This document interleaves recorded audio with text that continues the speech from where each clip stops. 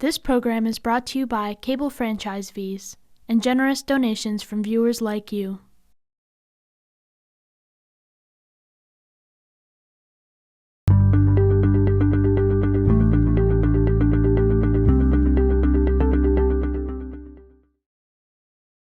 I want to call the meeting of the Finance Committee to order on May 13, 2021, and it is now 1:25 p.m. And so with that, this is a meeting that pursuant to Governor Baker's March 12, 2020 order suspending certain provisions of the open meeting law, General Law, Chapter 38, Section 18. This meeting of the Finance Committee is being conducted via remote participation. So I need to quickly ask each member of the committee to indicate that they can hear me and that we can hear them, so that we can confirm that we're in compliance with all of the requirements. So let me start with Bob Hegner. I'm here. Lynn Guzmer. Present. Kathy Shane. I'm here. Pat DeAngelis. Present. Dorothy Pam. Present. Bernie Kubiak. Present. And Jane Scheffler. I'm here. Okay, great. So we have full complement of the committee. As noted, this is a busy agenda. We're going to try and get through it as best we can. The finance director has requested a specific order for consideration. And of course, we always, I want to move on to that request. I don't know if you have any introductory comments on recreation you want to make, Sean, or whether. I'll quickly introduce Barb and Donna, who are here from the Recreation Department. I don't believe we received any questions in advance, so I think Barb is just going to give sort of a brief overview of the Recreation Department and then turn it over for questions. Thank you, Barb. Sure. Thank you, Sean. So just a quick overview of sort of the three different areas that have, that we'll be presenting at the budget. We'll start with the overall recreation budget and talk a little bit about our accomplishments this year. Much of that was dictated by the pandemic. However, we did do our best to follow our strategic plan, and we're able to accomplish some of the goals that we had set out for the first, or I think all of the goals actually that we had set out for the first year of that strategic plan. Great thanks to my staff as well as the commission and community members who helped us achieve that. So that's been very, very successful, and it's an excellent tool to have to guide the department as we move forward. Let's see, we have certainly increased our presence on social media. I think we've been very creative in sort of meeting the needs of the community in terms of virtual as well as in-person recreational programming. So we were able to do that.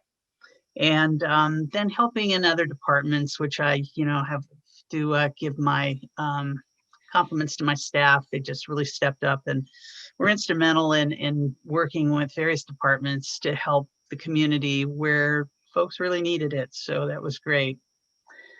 We've also worked to strengthen our relationships with organizations like the BID, the Chamber, the Survival Center, local businesses, and other departments within the town. So that has also helped us be successful as we sort of pivoted to different types of special events and other activities that we've done for the town over the past year. So the challenges, of course, were mostly related to the pandemic. I've talked a little bit about that. And then, just basically trying to increase our accessibility, both in a physical accessible way, as well as making sure that our programs are accessible to everyone, regardless of their ability to pay. So that has been a challenge, but I believe we're working to meet those needs. And then expanding, as I've talked before, about the different relationships with other organizations within the town, private as well as public. Let's see. So in terms of status, I think some of the status to prior year objectives, looks like we accomplished pretty much everything we set out to do. Groff Park is now, an incredible, viable, enthusiastic place for kids to be. It's just fun. It's just been great. I don't know if you get a chance, it's really coming along, and it looks like we might be able to open that early this year, possibly as early as Memorial Day. So fingers crossed on that. And then I'm sure you've seen the developments happening at Kendrick Park, which is also exciting to see that. And there'll be other changes at Mill River, the basketball courts. The DPW has been doing work on those, and one contractor will be in shortly. So from that standpoint, from a capital standpoint, again, lots happening. Let's see. And of course, we rebranded ourselves. We're now the Amherst Recreation, or the Amherst Recreation Department, if you will, as part of the town, and no longer Leisure Services and Supplemental Education. So that has been a positive mood, and one at the community that was really on their top in terms of priorities for sort of identifying who we are. And it's been a great transition. So now we're on to the year 2 objectives that will be outlined, which are outlined in the strategic plan. So we'll be working on those in this coming year. We are working on them now. So are there any questions? And one thing I'll just add real quick, 2 things actually. If anybody finds LSSE anywhere in the budget document, let me know, because we scoured that thing high and low, and we still were finding them like the day before. But the other thing I just want to note is Barb's department was sort of the hero this year in a lot of ways. I'm sure Paul will talk about it more later. Whenever something needed to be done during COVID, when there was sort of a new responsibility that came up, it was often Barb's department that stepped up and did it, and made a lot of things work for the town this year. So Barb's department was very busy during the pandemic. So I actually do have a bunch of questions to ask, but I'm going to acknowledge that Barb is with us for her last round as the director of the Recreation Department, and we will sorely miss you.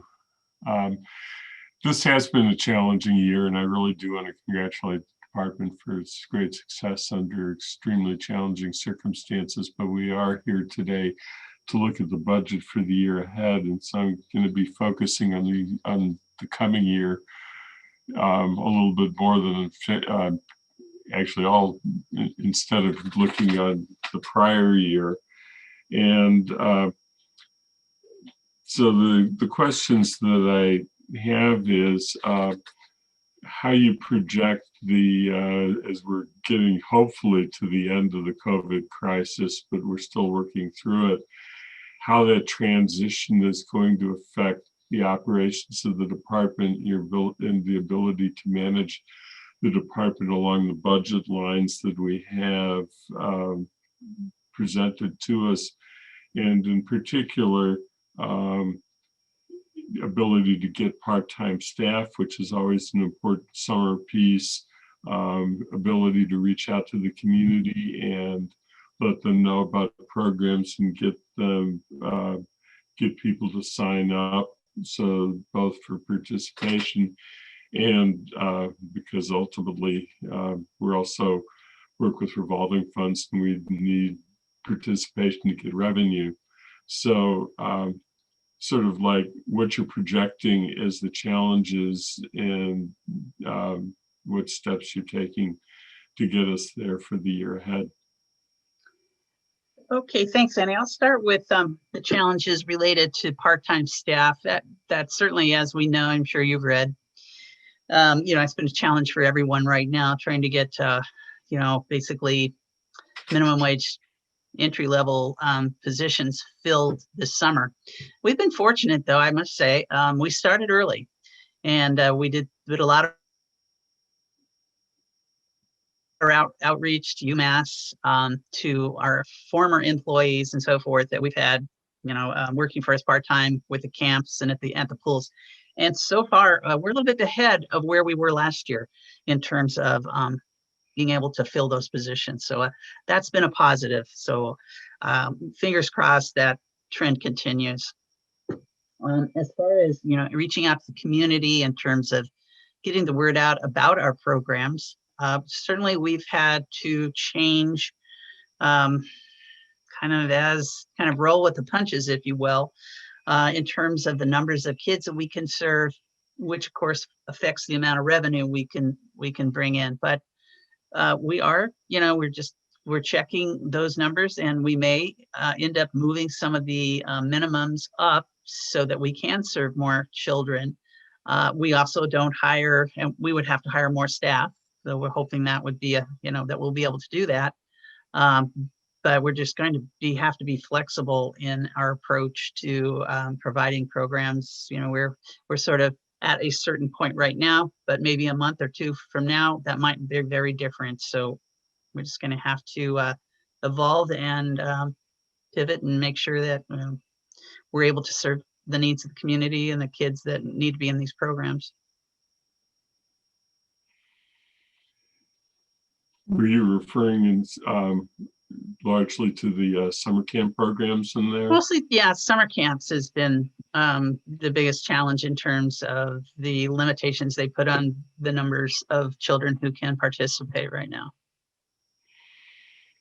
Are there hesitations you're finding from families participating, or are you finding that families are eager to have participation, get those kids out of the house finally? Seems to be the latter, actually. It seems to be many of our programs we have following strict, protocols from DPH. And a lot of what we're doing is outdoors, probably almost what Donna's with me. She's our operations director, but probably about 80 to 90% of what we'll be doing will be outdoors this year. Okay, and then I have one more question I'm going to ask Sean or Paul. And then I see Dorothy's hand is up, so I want to get to the other members of the committee then.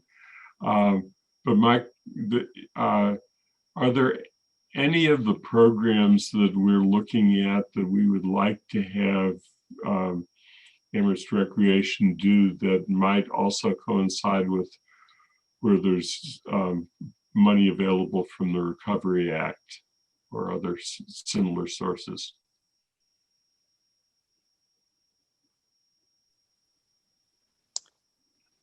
That's a good question, Andy. I can't think of anything off the top of my head related to that.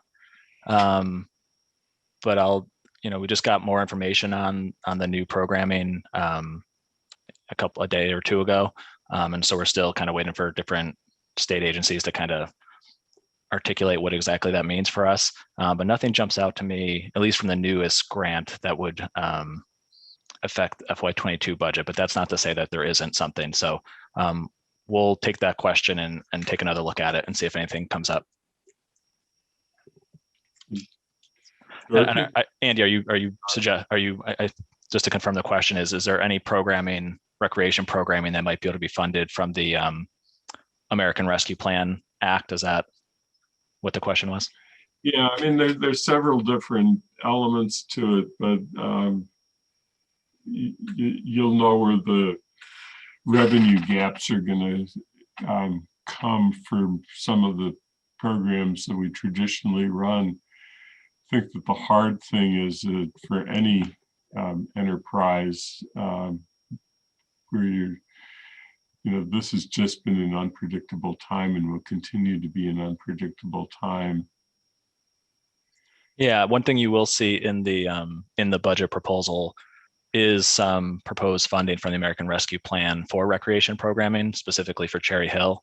We'll talk about that more as more information comes out, but that's more related to the loss of revenue eligible use related to that grant, which again, we'll get into more detail, but we'll look at that and we'll let you know if we find anything else.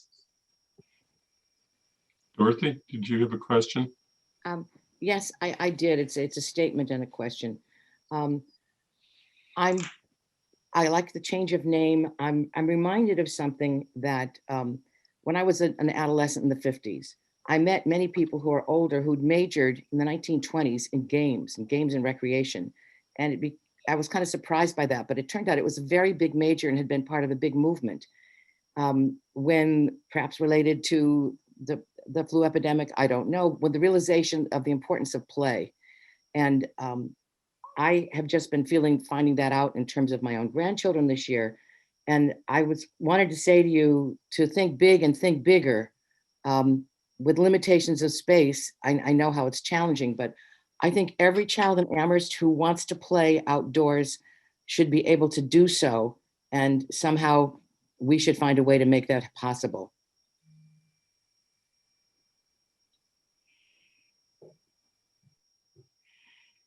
Okay. Are there other questions from the committee as we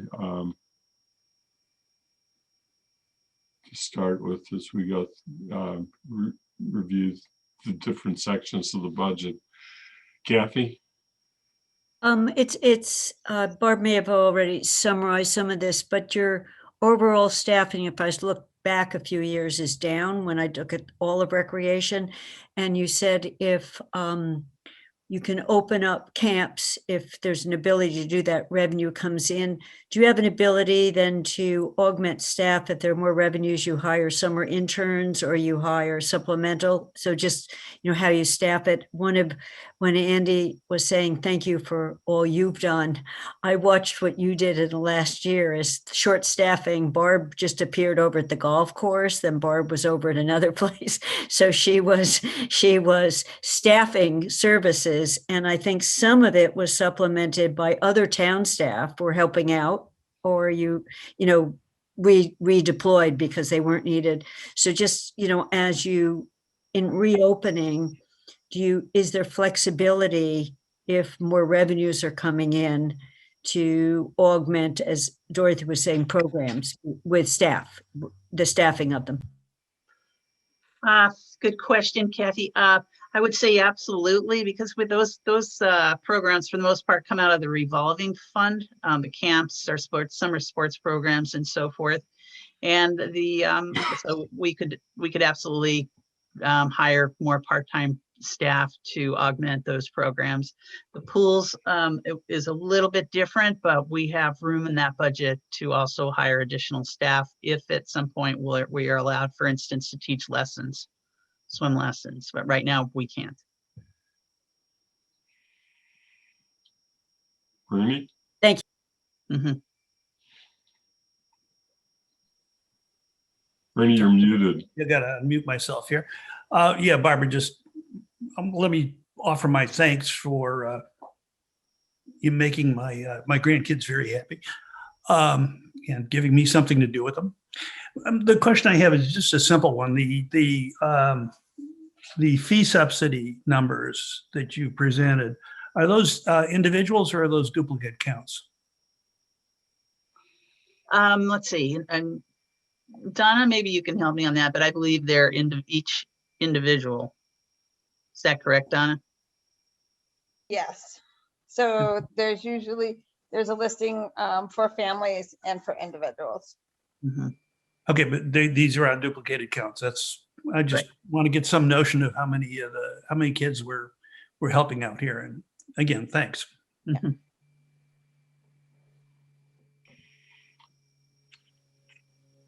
So do we want to take a moment to go through some of the other programs and just touch on each one and see if there are any financial issues that we need to be concerned about, or we're confident that the budget will run through. And I think we've talked a little bit about the summer camp programs. Isn't sign up usually farther along at this point in the year, in a normal year? We generally would start a little bit earlier than this, but we got a little bit of a late start. Basically, we were waiting for the regulations from the state. So, although we were planning and starting to develop curriculum and so forth, we really didn't have our guidelines from the state in place until a few weeks ago. But yeah, we're a little bit late, but not really. And I believe enrollment is about over half right now. So it's pretty close to where it would be normally at this time. We're still in mid-May. And my other summer camp program, I'm just curious as to what are you going to do on rainy days if you have all of your programs are trying to gear towards being outdoors? Well, we have spaces in the cafeteria and in the gymnasium at the middle school for the day camps, and then at the high school for the sports programs, the gymnasium and a few other spots. So we'll be able to continue where we have adequate spacing between individuals. Does anybody else have questions that they'd like to ask about the summer camp programs? Because they go to sports programs, youth sports, and other programs. Is there any questions people have on those? Swimming, get to the pools. Let's get to the pools.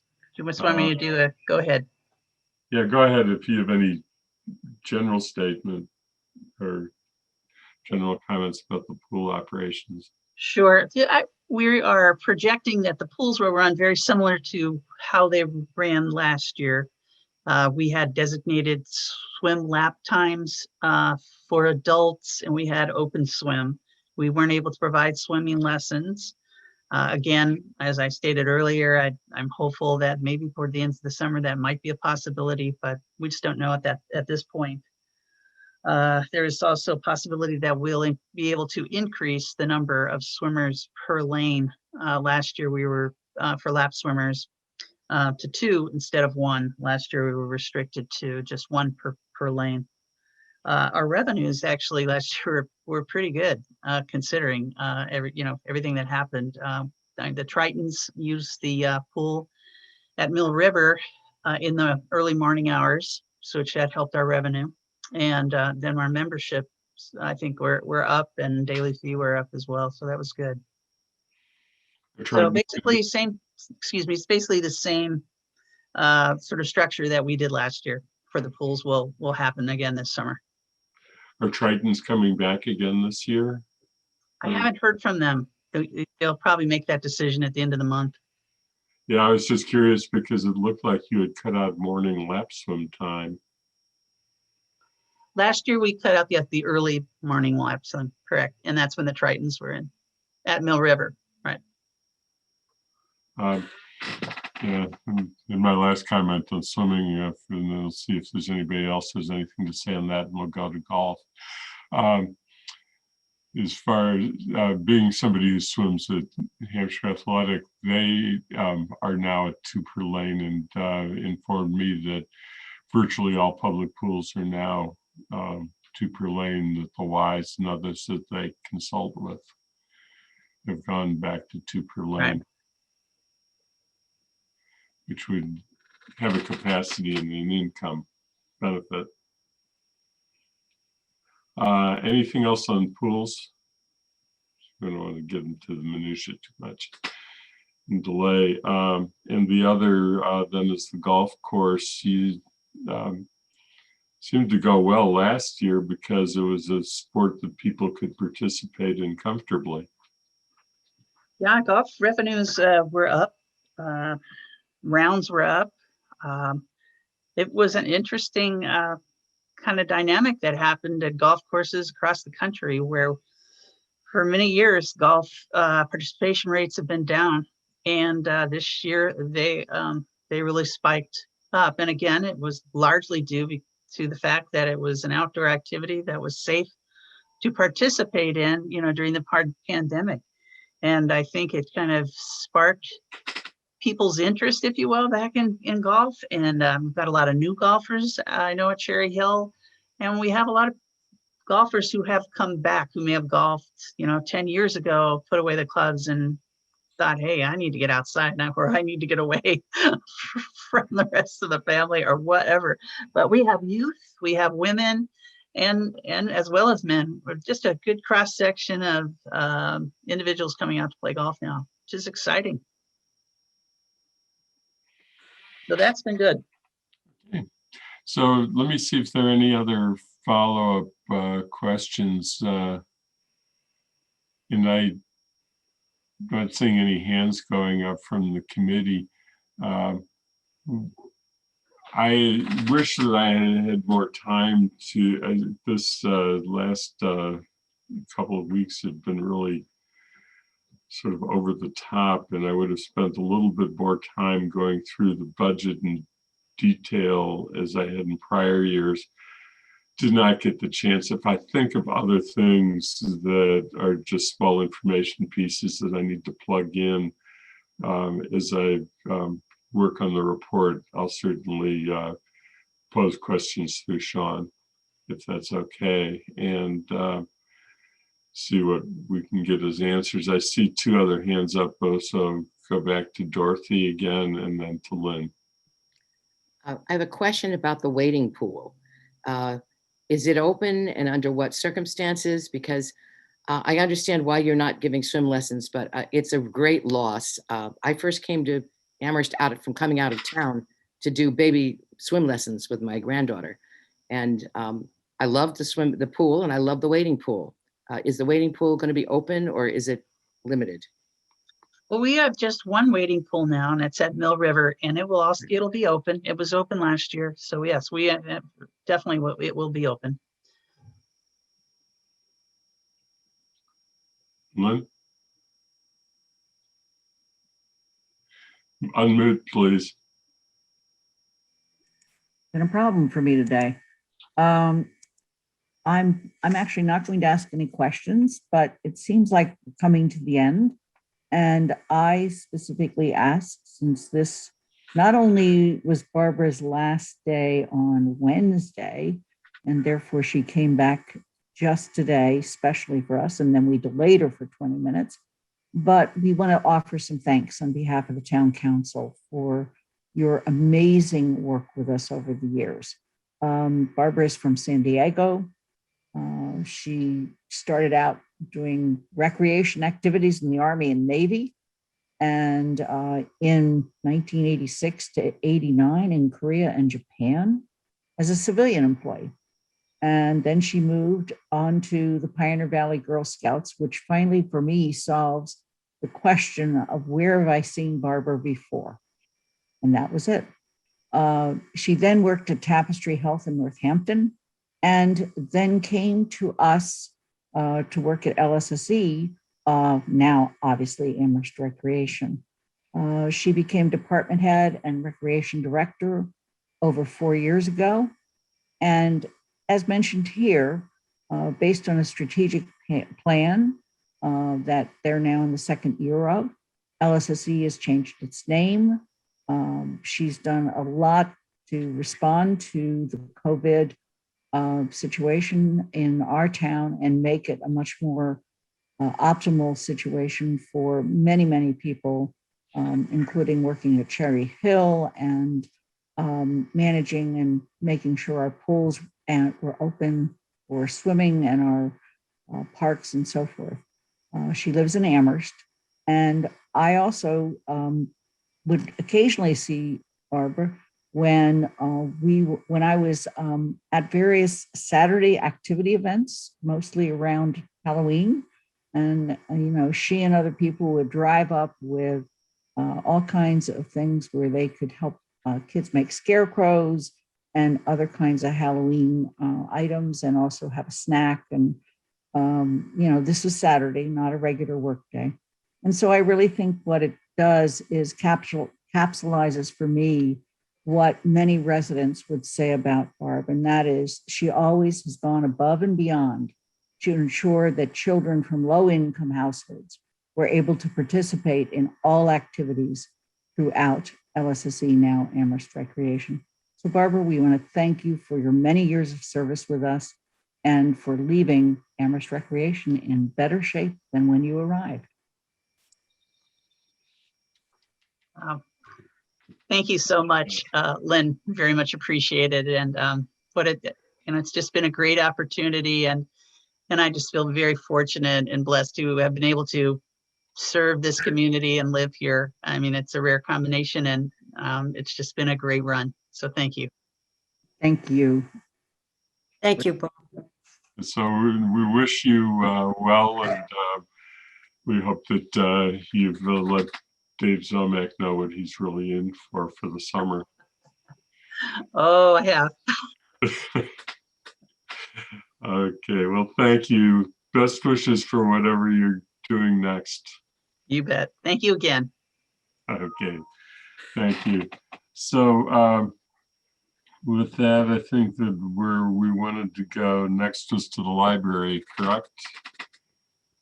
And we had, I hope that everybody had received the library budget and had a chance to look at it and has it available if need be, but I'll ask Sharon if she has any introductory comments that she would like to make.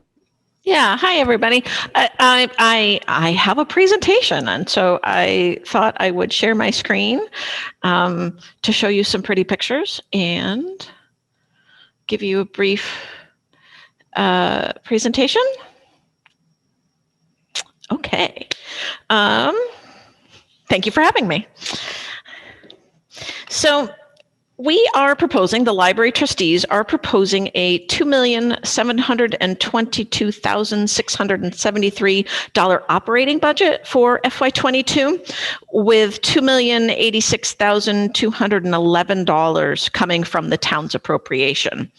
The town appropriation is only used for staff salaries and benefits and the Munson library rent that we pay to the town. The appropriation doesn't fund any other part of the library's operations. We have budgeted for a state aid award of $88,272, but I do believe that cherry sheet figure is low. The legislature is in the process of approving an increase to that line. And 8.5% of our operating budget, our FY22 income, will come from fundraising and fees, which I'll talk about a bit more in a bit. Our endowment, let me move you all over here. So our endowment continues to climb quite rapidly. As of April 30th, the value was $9,659,447, and that's the highest it's been since at least FY05. That being said, the draws that we take annually are based on a 12-quarter average of the value. So this way, extreme highs and extreme lows in the market don't adversely affect our draws. Also on this slide on the bottom is a chart showing our draw rates going back to FY11. And for FY22, we're looking at a 4% draw rate, which will make up 11.7% of our budget. The endowment is used for the expenses such as our maintenance for both the Jones and the North Amherst Library building, utilities at both the Jones and the North Amherst Library, insurance at both the Jones and the North Amherst Library, our CW Mars annual fee, and an annual software agreement licenses that we have to pay for. Our Woodbury Fund is also doing very well. As of April 1st, its value was $780,430. Again, that's the highest it's ever been. Woodbury funds are also drawn at a 4% draw rate every year, equaling about $26,000. And these funds are used for programming and circulating materials. I'm also very excited to report that our fundraising efforts are the most successful they have ever been. As of April 30th, we had raised $138,712 towards our $150,000 goal. And we have a, this is May, so we have a month and a half left and another letter that will be going out. All of our fundraising monies are used for the fun stuff. So programming for all ages, whether it's youth, teens, or adults. It's for the branches, it's for ESL, it's for the Burnett Gallery and special collections, but it's also used for circulating materials, books, and all of our digital collections and magazines, databases, things like that. And I want to take this minute to thank all of our donors. Every single dollar matters, and it truly affects the quality of life here in Amherst. Looking at our FY22 expenses, 79% of our operating budget is allocated towards personnel and benefits. Because the town doesn't appropriate an amount equal to 100% of all of our wages, we use our state aid award to fill the gap. We'll talk more about salaries in a minute. The next big ticket item is circulating materials over here in the circle on the right. For FY22, in order to remain certified, we'll have to spend a minimum of $227,000 on circulating materials, again, such as books, DVDs, things like that. So here is a snapshot of our summary page, just so you can see at a glance our FY22 expenses up top and our FY22 revenue sources. So expense highlights include us budgeting for a 6.6%, where's 6 point? No, a 6% increase in operations. That's right there. A 6.7% increase in maintenance and a 5% increase in utilities. And then we are level funding programming at $30,000. Under revenue sources, we're showing this in yellow highlighted is the 2.1% increase to the town's appropriation, a 9.6% reduction to the endowment draw, and a 50% cut to the amount of money we expect to take in fees, and that's only because we're not sure when we're going to be able to reopen our meeting rooms for use by the public. We are also budgeting for an increased reliance on fundraising. That's my little cursor, that's these two lines right here, whether it's through private donations to the Friends or through special events like the Sammys. We'll be able to bring those back next year, and the Friends mini golf event. The Friends have also scheduled for, I think it's August 28th, an actual golf tournament at the Amherst Golf Club. Stay tuned for more details. Okay, staffing. I want to talk a little bit about staffing now. For FY22, we are budgeting for a 4.8% increase in salaries. And the reason for that, the reason it's so high, is because the town has adopted a new, really great wage chart for our hourly part-time staff. So even though the proposal and the result is pretty expensive, I did advocate for its passage quite extensively. And so I created this really small chart here to give you a quick visual on how the new wage chart will affect the library's part-time staff. So here we have 4 library shelvers that are now at level 3. We have 1 maintenance assistant that's at level 3 right now. We have 19 library technicians that are now at level 4 and 2 reference librarians that are at level 6.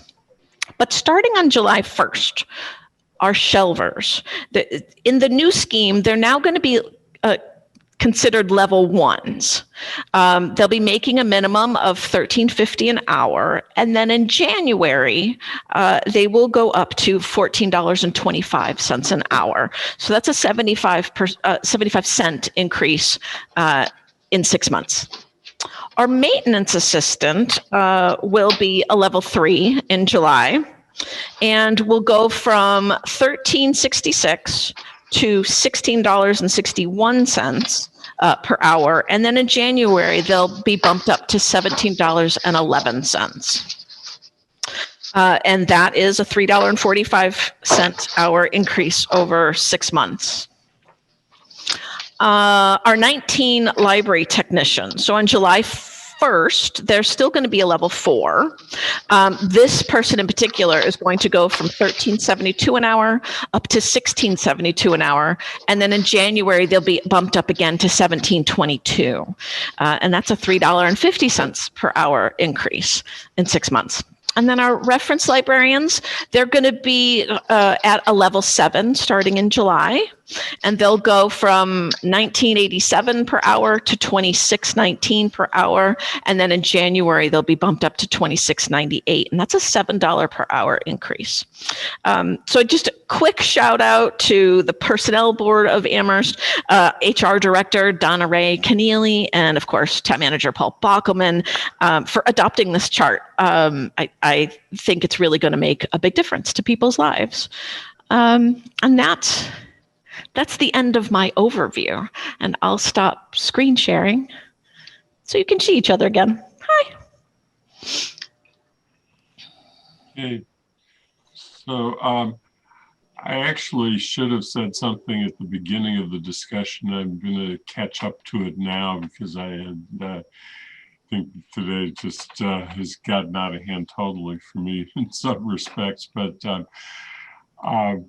I did want to remind people that my wife works part-time at the North Amherst Library, a small number of hours per week, and that I have consulted with the Ethics Commission about this and filed a notice with the town clerk advising them after my consultation so that it's available as a matter of public record, because the decisions made about the library budget are not made by the council, and we are only voting a bottom line on a budget. It actually leaves me in a position where I can continue to participate. If there come any votes at any time where a decision of the council would affect the compensation that my wife receives, then I would have to step away from the process and not participate. And I'm very vigilant at that.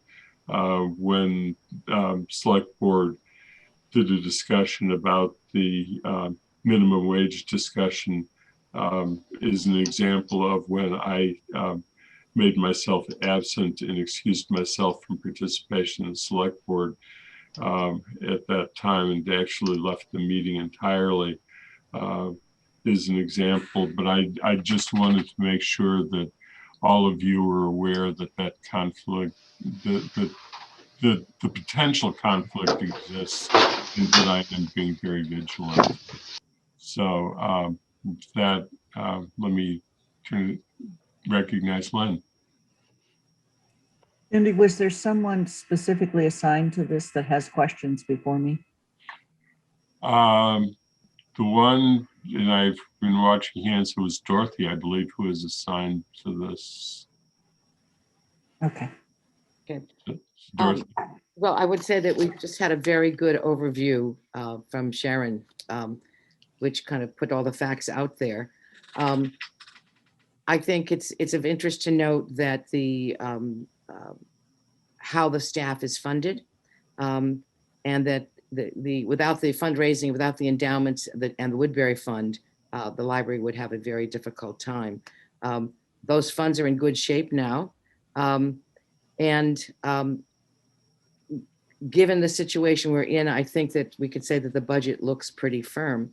The one thing that's not clear, of course, at this time is the whole question of receiving the money for the capital project, and probably will receive only one payment this year of, I guess it's 2.7 million or something. And so that could cause some kind of a problem. But, you know, it sounds, the budget in some ways sounds very similar to that of the Council of Aging, the meeting that I spent the morning at, which is that the town pays most of the staff, not all. The state's money comes in to supplement that money to pay for staff, and that other activities and programs are done by private fundraising. But the library is very lucky to have an endowment, which is in good shape. So that's really basically my report on this. So thank you. So maybe I just wasn't paying attention, and that is possible. But could you talk a little bit more about the personnel board decisions, what they were based on? And Paul might even elaborate on what other departments those reviews will and have affected. Okay, thank you. Yeah, I'm not even sure that, I went to the meetings. I only compared it to my budget. I don't know how it's affecting others. You could call Barb back. I think Amherst Rec is the other department that it affects, but I think that this question is really more for Paul. Sorry, Paul. So I'll jump in here. So yeah, for several years now, we've been trying to get the lowest level employees up to the $15 an hour. And it sounds simple, but it's not, because there's the trickle effect, because it impacts everybody above them. So the personnel board has been working on this, had actually engaged a consultant to help look through it. So we have a process in place to get our lowest paid employees up to a more reasonable wage. And that's been a high priority. I think I mentioned this in last year's budget as well. I think this is a really good plan we have moving forward. The biggest impacts are on the library and on recreation. They're the ones who utilize the most part-time employees. It doesn't impact the other employees as much. And so that's why it's impactful on Sharon's budget. But the overall mission has been, and working again closely with the personnel board, has been to get these lowest paid employees up, and then hold people up the line harmless in essence. So previously what we were doing is as we made progress on the minimum wage in the state, we would just take off the lowest rating, and then but we wanted to get a program in place that really addressed everyone's schedule, the entire schedule. So with the chair's permission, I'd like to continue on that particular issue. I'm assuming that when the personnel board and their consultant looked at this, they looked at comparables. I am very pleased to see these changes. It's a very serious challenge to many organizations to get to, the high point of the minimum wage, but a very necessary one. And so, but I'm assuming they, if you had a consultant, they were dealing with comparables and so forth. So I just want to say, I support this. I was just very interested to know more about it. But that brings me to my other question, which is really about the issue of part-timers unbenefited and whether we're making any progress in that area.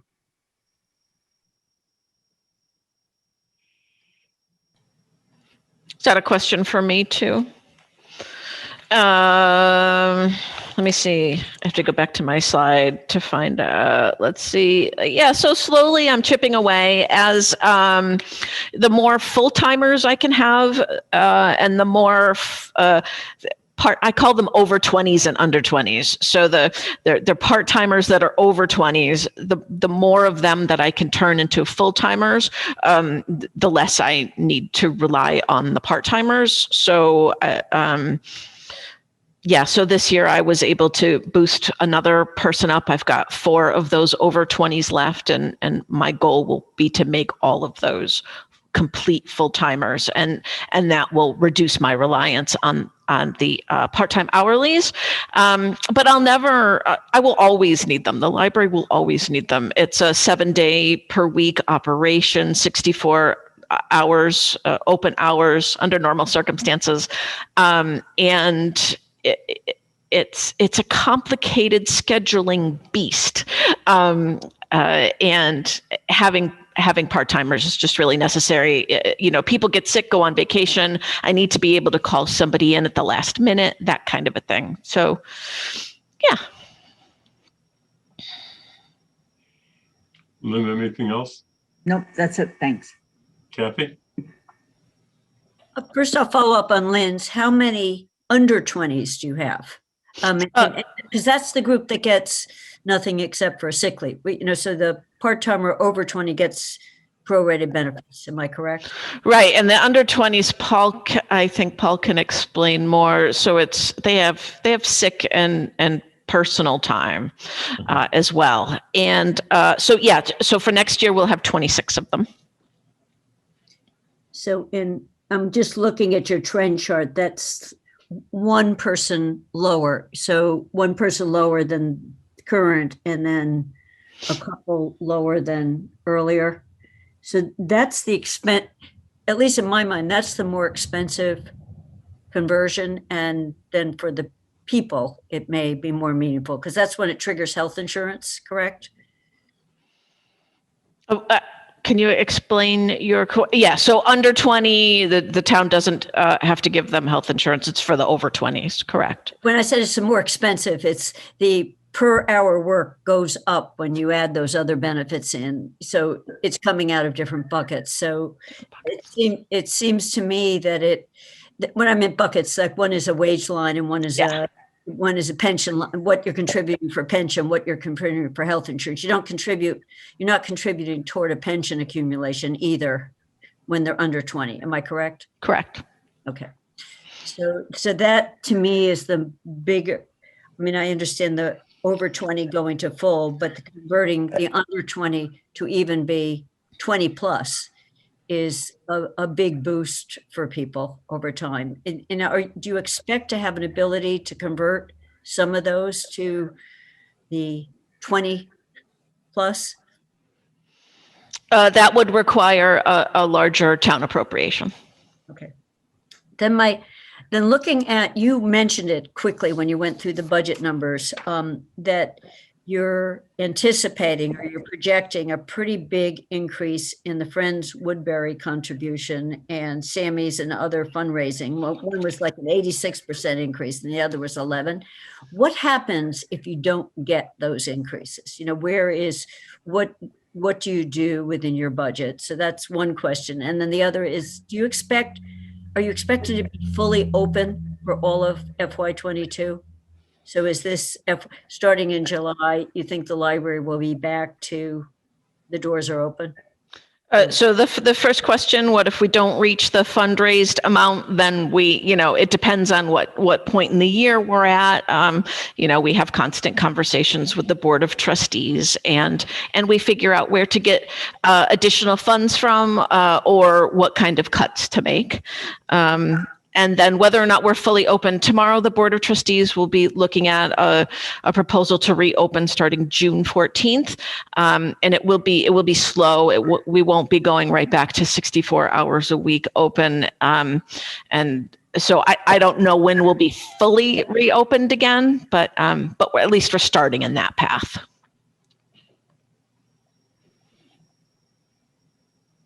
Thank you. Thank you. Okay, Dorothy, if Kathy's done. Okay.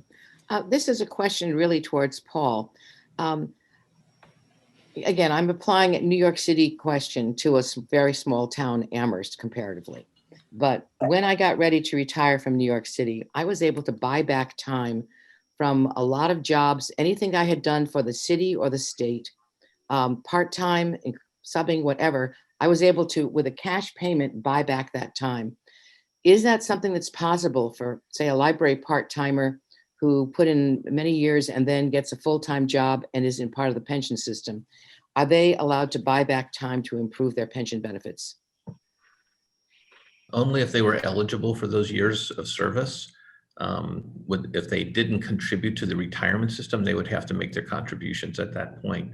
But that's controlled by the state pension system that we're in, the county pension system. That's nothing the town controls. Okay. So if someone were in that situation, they would write to the Hampshire County Retirement Board.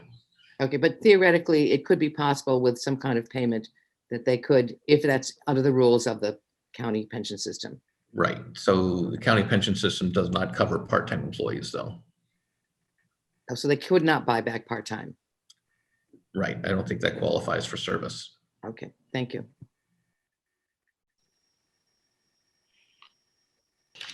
Okay. Other questions from the committee? I want to just say to the public that I'm going to do public comment in several different segments today. I know that we have some members of the council who are in public attendance too. So if there are members of the public who would like to ask questions or make comments regarding the library, they should please raise their hands, and I will keep an eye on that, and open it up to public comment for that segment. Kathy, you have your hand up though. Just a quick question. I should know the answer to this, but are all of our town employees or all the library employees covered under Social Security? Do we contribute an employer share? So when you're under 20, I just wanted to stress that to people. When you're under 20, you're under a state pension system, and you're not, so unless you've worked your required 40 quarters at some other job, you're not getting Social Security either. That's not true of all public sector, but it is true of Amherst, is what I'm hearing. Are we contributing for Medicare? Yeah, yes. And if you're under 20, or if you're doing temporary work, you still pay into what we call an OBRA plan, which is an alternative type of retirement plan, but it's completely employee contributions. I had one of those when I was the under at UMass, and it returned at a point, interest rates were quite high. It returned so little money that I thought of it as a taking of mine. I got it all back when I left. Yeah. It's more of a temporary to roll over into something else at a later date is how I've seen it used. Okay. Anything else from the committee or anybody from who's watching the public and would like to be recognized regarding the library only? So I think I don't see anything further. Is there the concluding comments? Otherwise, I very much appreciate the presentation of the budget, and it is very helpful for us to understand it, and the written budget and what you presented on the screen was very helpful. So thank you all so much. Thank you. Be well. So at this point, I think that we're now going on to the police department under the listing that you had given Sean at the beginning. And I just want to make one statement just for everybody and for the public to recognize, and that is that this finance committee meeting is a part of a routine procedure that we have every year with the budget process. Has us meeting with each department head, as you've just observed, for recreation and the library. And we're now going to be meeting, police chief will be with us now. This is not about the community safety working group proposal for the $130,000 that is being proposed in social services for the next steps there. That has been postponed until after the town council meeting on May 24th, at which the community service working group presentation will be made to the town council. So we will have a follow-up meeting of the finance committee to take out that issue of the community services and social services segment of the community services budget. It's now scheduled for May 27th at 5:30. And this is about the police department budget as it has been specified by and proposed by the town manager. With that, I first to ask either Sean or Paul if they have any further things that they want to say and on that. And if- Yeah, I was going to say Scott is going to give probably a brief overview of the department. And then we did receive a number of questions that I was going to, once Chief Livingstone is done with the overview, I was going to just go through those questions and the responses to those questions, if that's okay. Okay, that's fine. So Chief, Thank welcome. you, Andy, and good to see everybody. Just one question, maybe to Sean and Andy. Would you prefer I go communication center, animal welfare, and then police third? And because I'm typically responsible for giving overviews of all three of those. Would that be easier? Knock out the smaller ones first. Is that's fine with me, unless there's objection from anybody else. Okay, I mean, I'm fine with that too.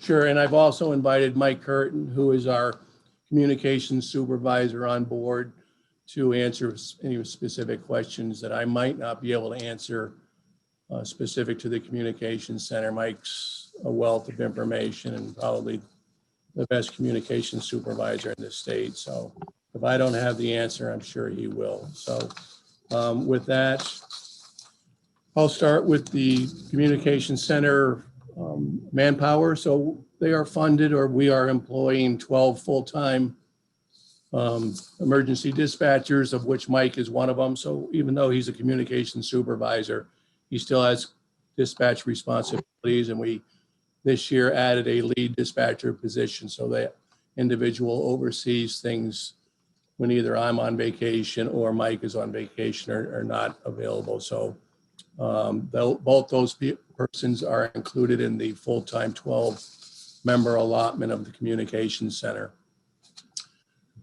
Part of the accomplishments is the annual grants we receive for the communication center. So, there's a training, a training grant of $17,000 that's provided from the state for mandatory training of the dispatchers. And then we receive an additional incentive and support grant. And that is something we get every year. The amounts of those fluctuate a little bit from time to time, but not a great deal. And the department support and incentive grant this year is $109,000 and some change. What we use some of that money from is to fund one of the full-time positions of the dispatch center. So, and then additional money is used for overtime and that sort of thing from both of those grants.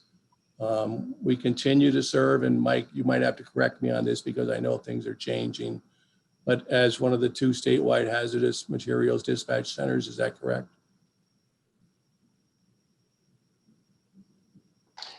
That's correct, Chief. They are looking at, for FY22, moving the hazmat dispatch over to the MEMA.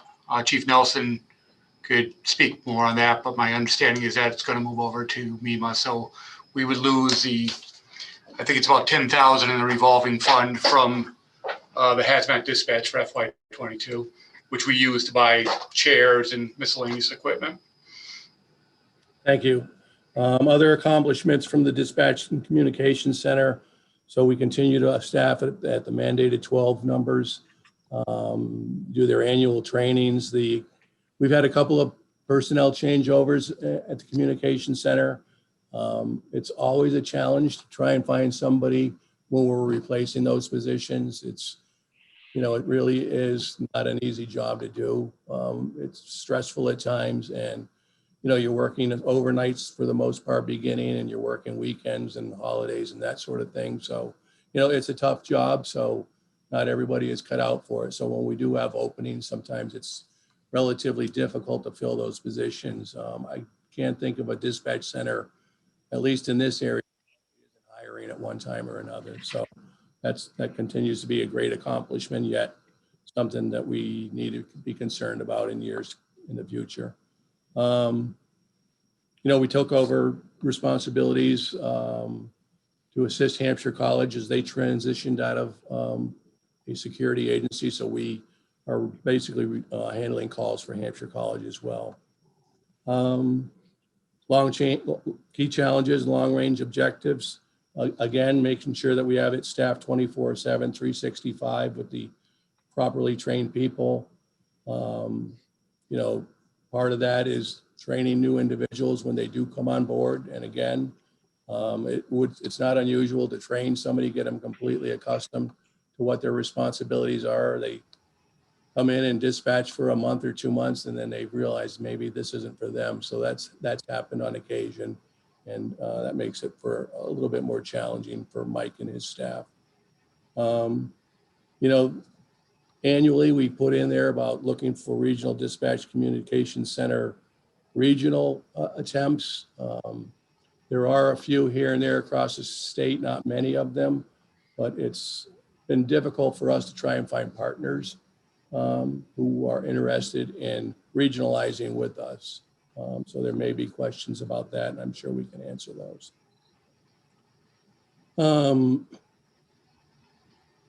Objectives from the previous year. We were able to fill that lead dispatch position with one of our in-house dispatchers who was very knowledgeable. And as I mentioned at the beginning of this, somebody who can fill in for Mike when Mike's away for trainings and or vacations and that sort of thing. So that was something that we had been trying to do for a couple of years, and we accomplished that this year. Again, meeting the state requirements for training is ongoing.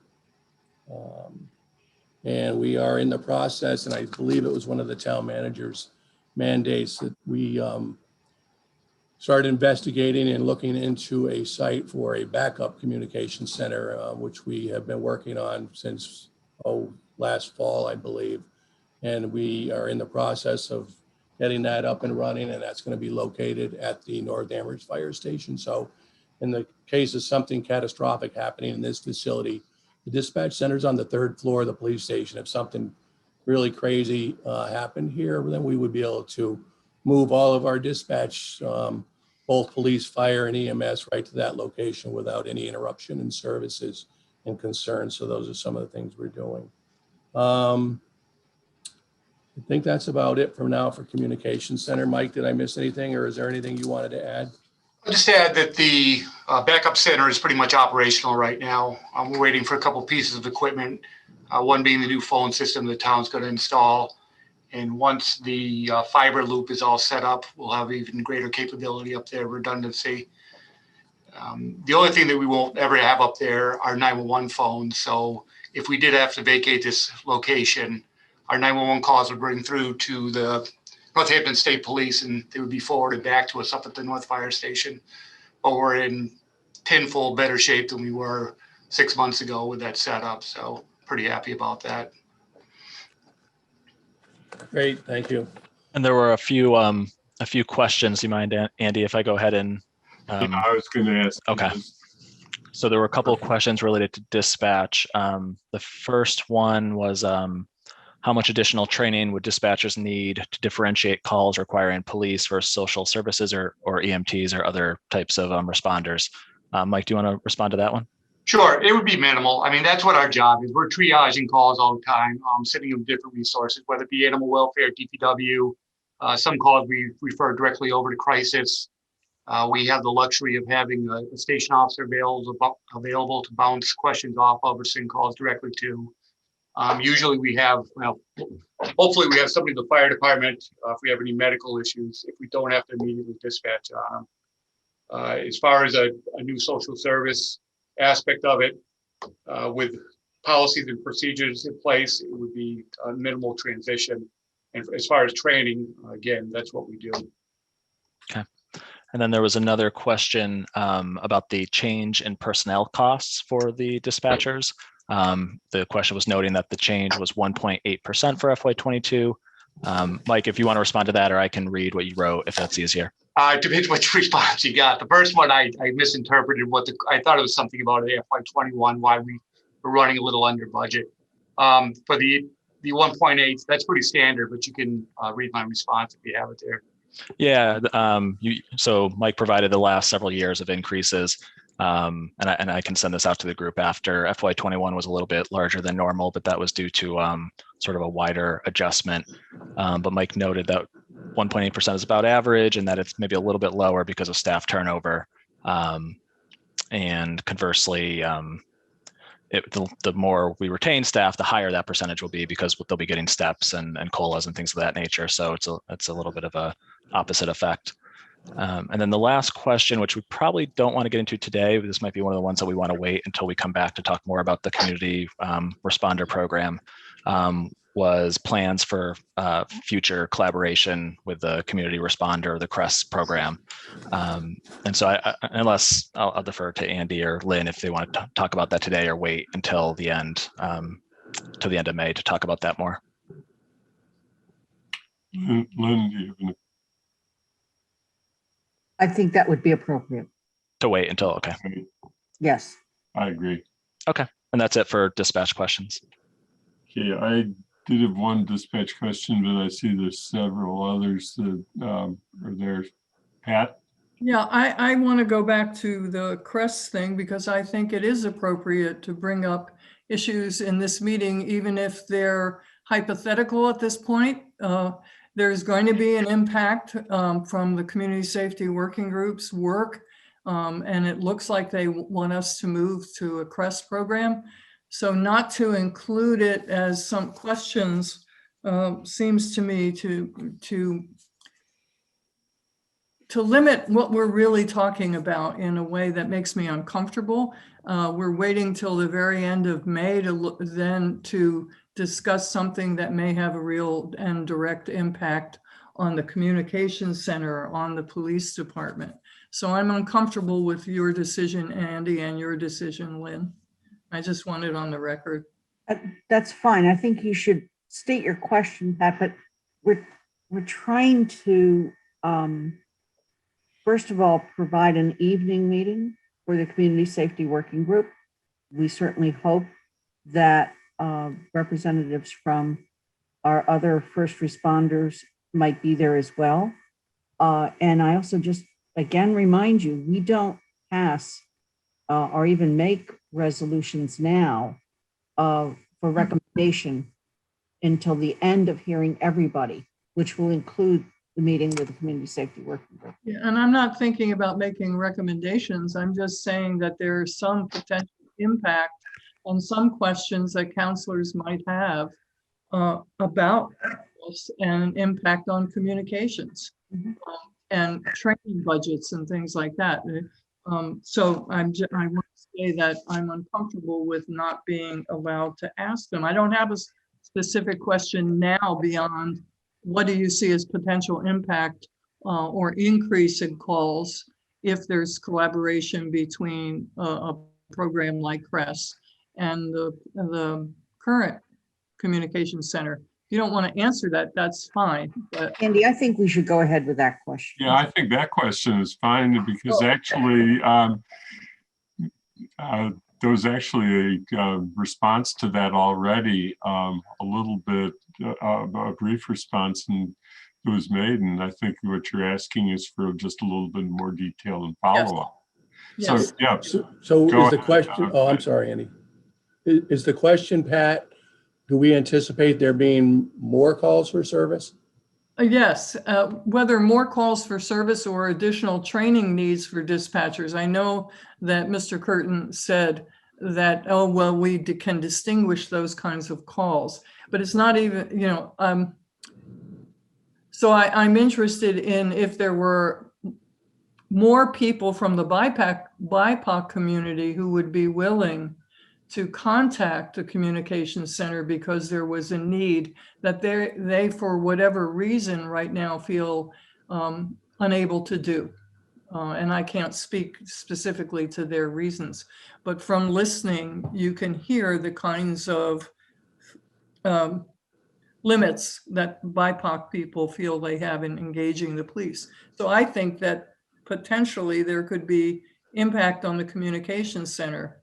And I want to know if there's even been any thought to that. Does that make sense, Scott? Yeah.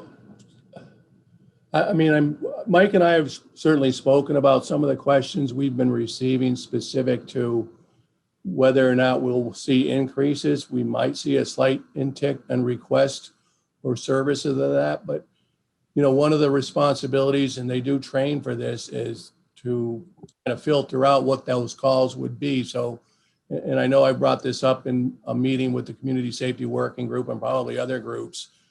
When we get requests for police responses to calls that end up being medical mental calls, they rarely come in as that. So we don't always find out as police officers even if what we respond to ends up being a medical mental call, because sometimes it'll come in as a disturbance or a shoplifting call, or even domestic violence calls will come in, and then we'll realize, well, it wasn't really that, but it was more of a mental crisis type call. So I think the dispatchers, and Mike, correct me if I'm wrong, but they do receive some training in that. They may be getting additional training in that. And that part of that's going to come from the Mass State Police Reform Bill as well, because it's not just impacting Amherst, it's impacting the entire state. So Mike, if you want to jump in. Sure, Chief. So we do receive specialized training in mental health issues, opioid crisis, people dealing with PTSD, things like that. One of the things that we run into is a lot of times we'll get called, not really for a police response, but the community doesn't know where else to go with things, and they're having some type of crisis. So 911 is what they've been taught and what they, fall back on. So then it comes down to, triaging where should we go with this call. Many times it ends up just with an officer going, because we don't have a lot of other resources to send for an evaluation. Sometimes they end up going, the ambulance gets called. Sometimes we just start with the ambulance because we can tell what's going on. And again, there's people that when they're at the end of their line, they don't know who else to call. They reach out to 911.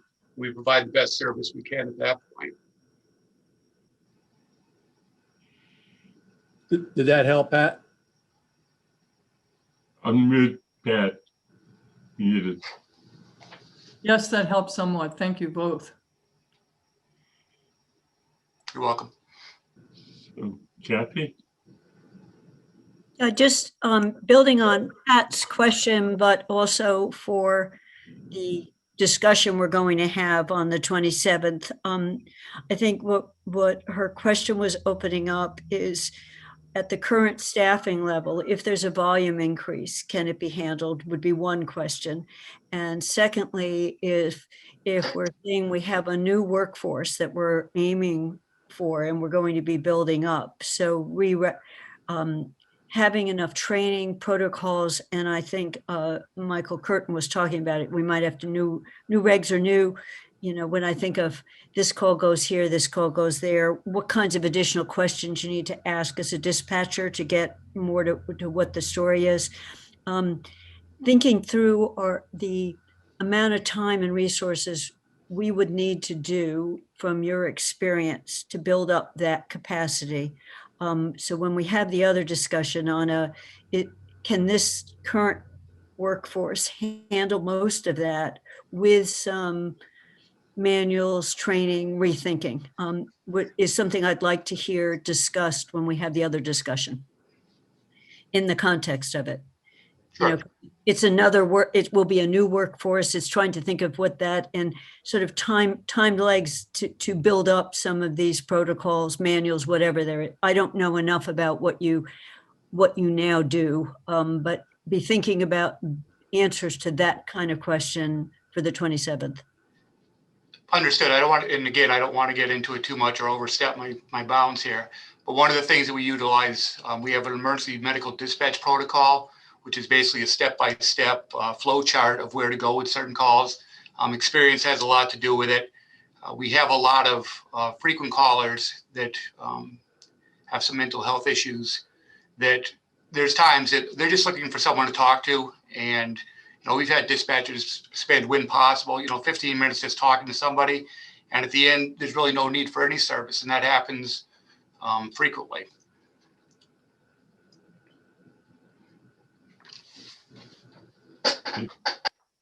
Thank you. Anything else? Okay, Bob Hagner. Yeah, I have a small question, and that's related to Hampshire College. Has the town seen any significant increase in costs associated with the Hampshire College situation? And if so, are we getting any payments from Hampshire College to cover those costs? And then the other thing is I have a comment, which is part of my work before I retired was managing large scale hurricane recovery programs. And I had the misfortune to have to manage a call center for some of that time. So I do empathize with you on staffing issues related to your communication center. Great. I appreciate that. I mean, staffing for communication centers nationwide has always been very difficult. As far as Hampshire College, we've worked out most of the bugs, and those were basically some phone issues and some routing and 911 calls and things like that that started up there. The impact of the communication center has been pretty minimal. We treat the calls that come to us, and they have their procedures in place for when they call us, as anybody from the South Amherst calling us, and we dispatch the appropriate resources. Fire department and EMS have been going out there since I've been here 22 years ago. So nothing's changed there with us. And the population is, the student population is down there. So the call volume has gone down appropriately. Yeah. Okay. I would just add, Robert, Bob, I would just add the police calls are minimal. They still do have a small security force. I think that number is 12. So they still respond to their own calls like stolen bicycles and lockouts and their own minimal noise disturbances. Pretty much the only time we get involved is if it's something where somebody would need to be criminally summoned for a charge or something of that nature. Mm-hmm. So the transition's been pretty easy. Okay, thank you. Lynn? How do we relate to UMass with regard to their emergency calls and 911? So the 911 calls that placed on campus are now coming to us. If the people are using cell phones, there's still some on-campus phones and some emergency phones that are ringing to their communication center, and then they call us. So it's a little bit of a delay there. But the majority of calls come to us. We need to determine whether it's fire, EMS related, and then we handle it and call UMass and tell them we're doing it. If it's police related, we gather certain pertinent information, weapons, names, phone numbers, and then we transfer those calls over to UMass. As you know, they have a full-fledged PD over there. They handle their own accidents and things that happen on campus. But I'd say all in all, we have a great working relationship. Things are pretty seamless. They have a pretty senior staff over there that are versed in what information we need when they call us, and we try to reciprocate that when we're calling them, if that answers it. So I want to push further on the relationship with UMass because, I frankly never thought about this until we had the blizzard of October, whatever that was, the October blizzard. And that is that, they have their own electric plant. So basically, while everything surrounding the campus was without power, they weren't. And so when I think about an emergency backup location, I think about the Amherst campus as being primed for that, even though I know the Amherst campus has their own emergency backup location for other stuff off campus. But as you explored the backup and took it to North Station, was there any conversation about having our backup system somewhere on the UMass Amherst campus? So a couple of sites were looked at. Originally the DPW, because they'll have the infrastructure, they already had the infrastructure set up with the phones and things like that. Moving the stuff onto campus, the phone lines, the radios, things like that was something that was discussed. But Amherst North Station, they have the backup generator. They actually have a radio tower directly at the station that was easy enough to tie into to provide for some redundancy there. We do our main radio tower, without getting too specific, we have a microwave. And if we couldn't be here, reaching that tower might be difficult if certain systems were shut down. The bunks that are set up, the shower facilities, the kitchen facilities that are all up in North Station, being far enough away from the center of town in case something was happening in the center of town, were all things that we took into consideration. And again, once the fiber is in place, the North Station, besides 911 phones, will be pretty self-sufficient. We've already had to use it once. We had some UPSs go unexpectedly. We had to use it very short notice, and it took about 10 minutes to get it up and running. Thank you. You're welcome. Trying to think of, Bob asked my question about Hampshire College, and I'm assuming that when we're listing other communities on page 121, where the statistics are given for service provided in other towns are listed, that those are ambulance calls, and that it's therefore going to be billed through the mechanisms we have for billing those costs for ambulance responses. Is that correct assumption, Sean? Yeah, I believe those are ambulance calls. So whether it's our agreements we have or through insurance billing, yeah, that's how we would recoup money from those. Okay, thank you. So we should go on to facilities, and what I'm going to do on public comment again is when we get to completed all sections of the department budget, I will then look to the attendee list to see if there are any requests for public comment or public. In that way, I'll get to any counselors who are in that group.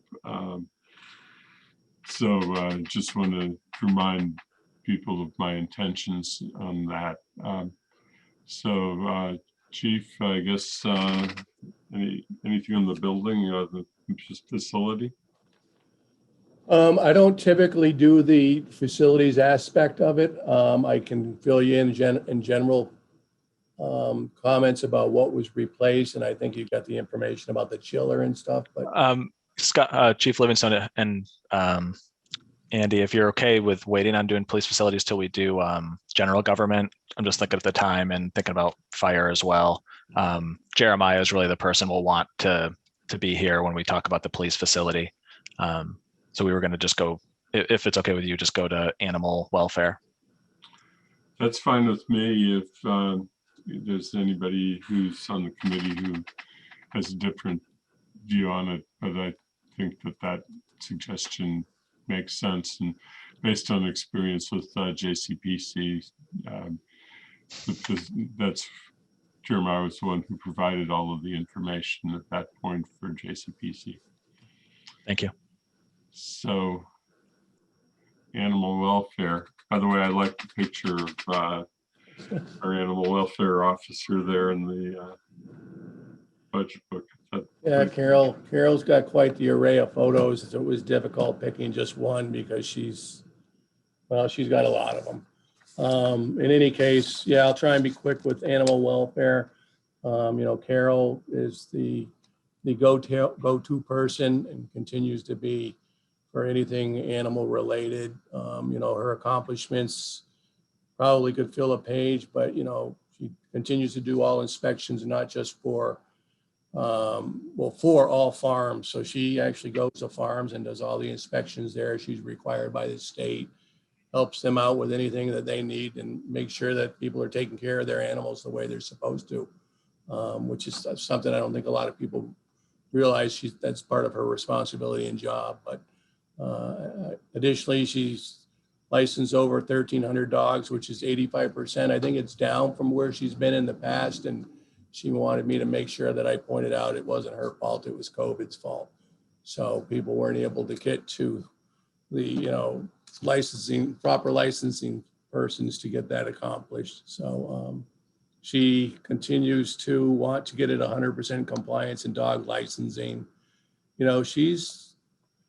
Most of her calls, it seems like recently, have all involved things about, because so many people were either working from home this past year, they're out and about with their dogs. She responded to probably many that aren't even listed in her call sheets because she wouldn't always tell us what she was doing.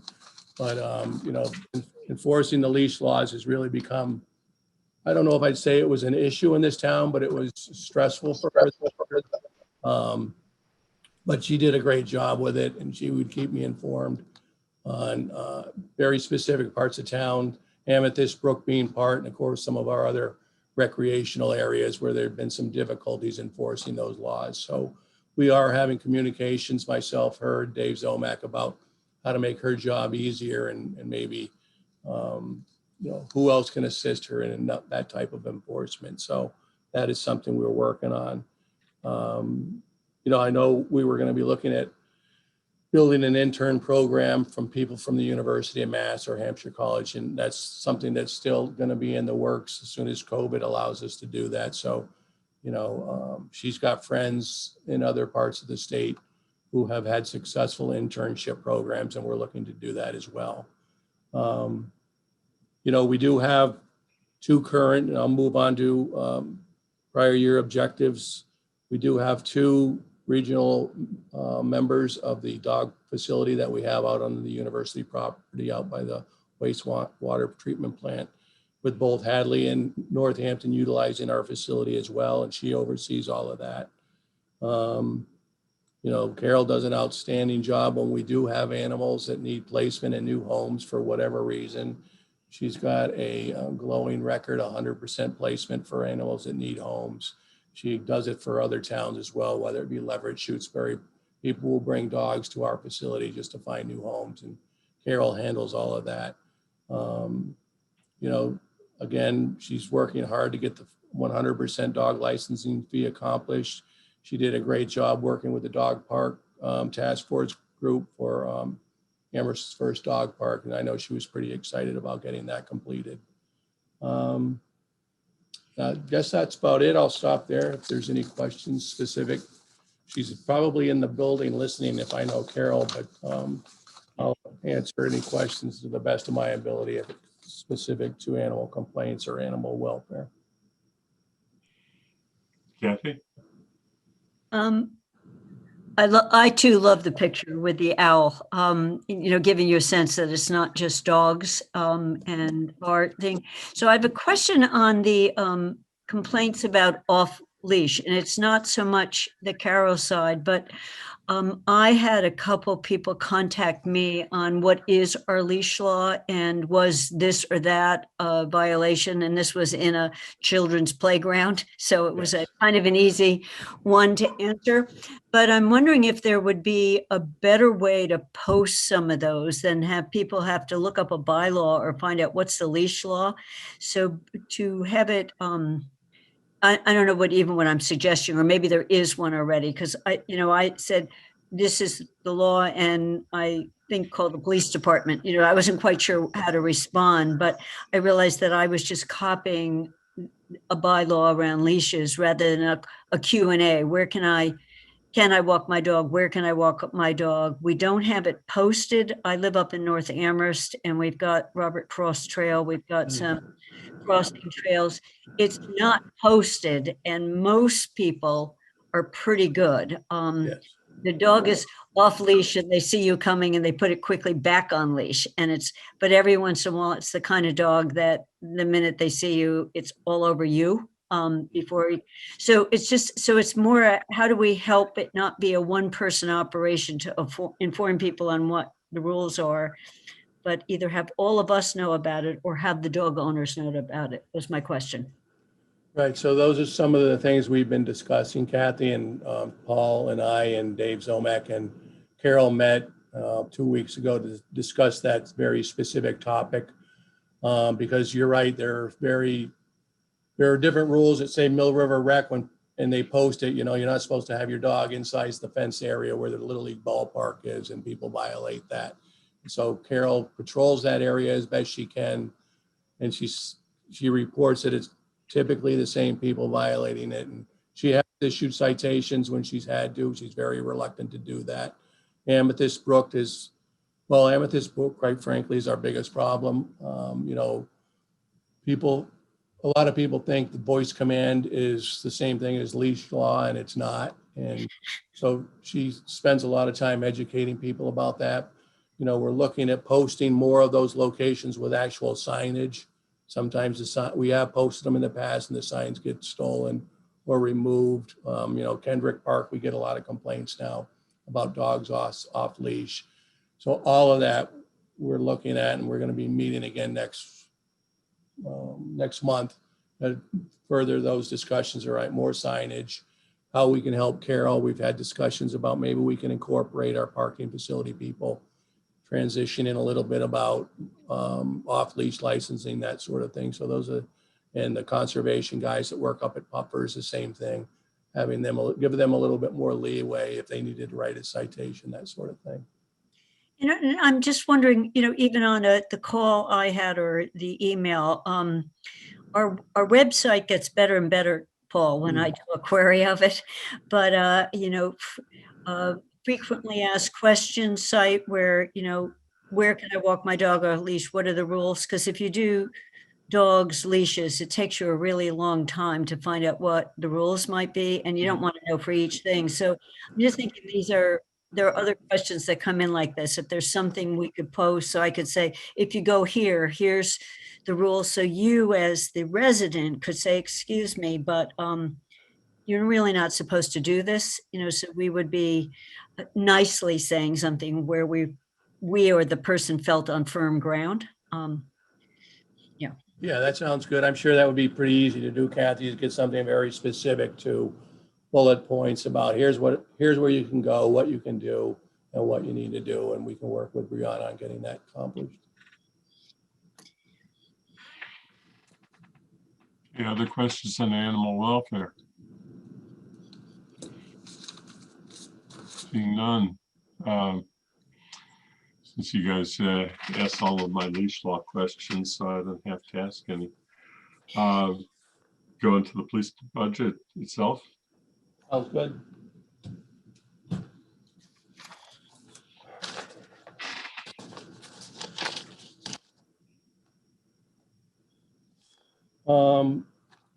Our mission statement has not changed over the last few years, and that's something that we'll be working on for an upgrade this summer. So I'll transition right into recent accomplishments and challenges on page 111.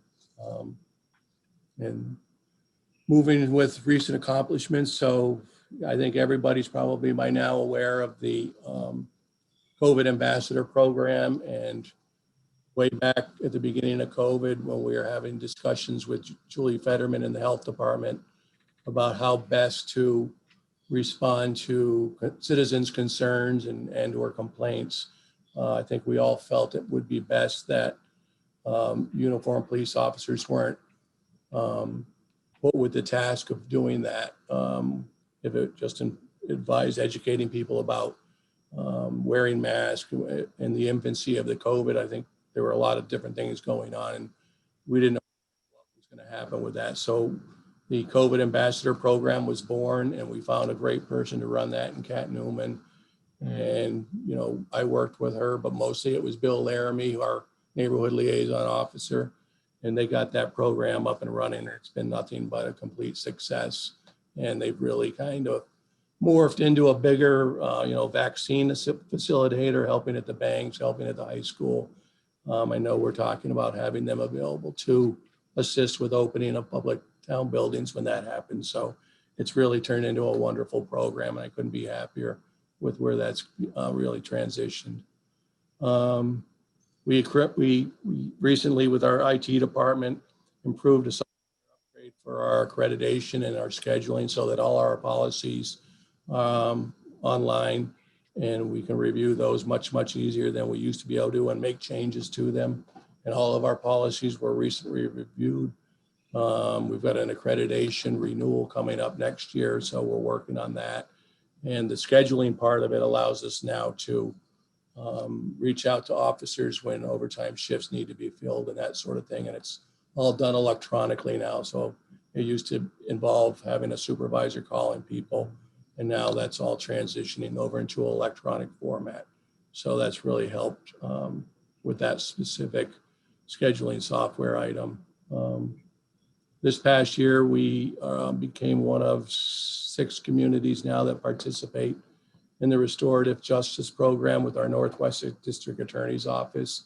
And in think probably most of you are aware of what it is, but the purpose of it is to really keep people out of the criminal justice system and get them into whatever the specific needs are they might have. So if it was somebody who committed a crime because of drug or alcohol problems, we will direct them to a specific area with the district attorney's office and our crisis intervention team. And if it was somebody who, you know, may have been charged because of shoplifting for another reason.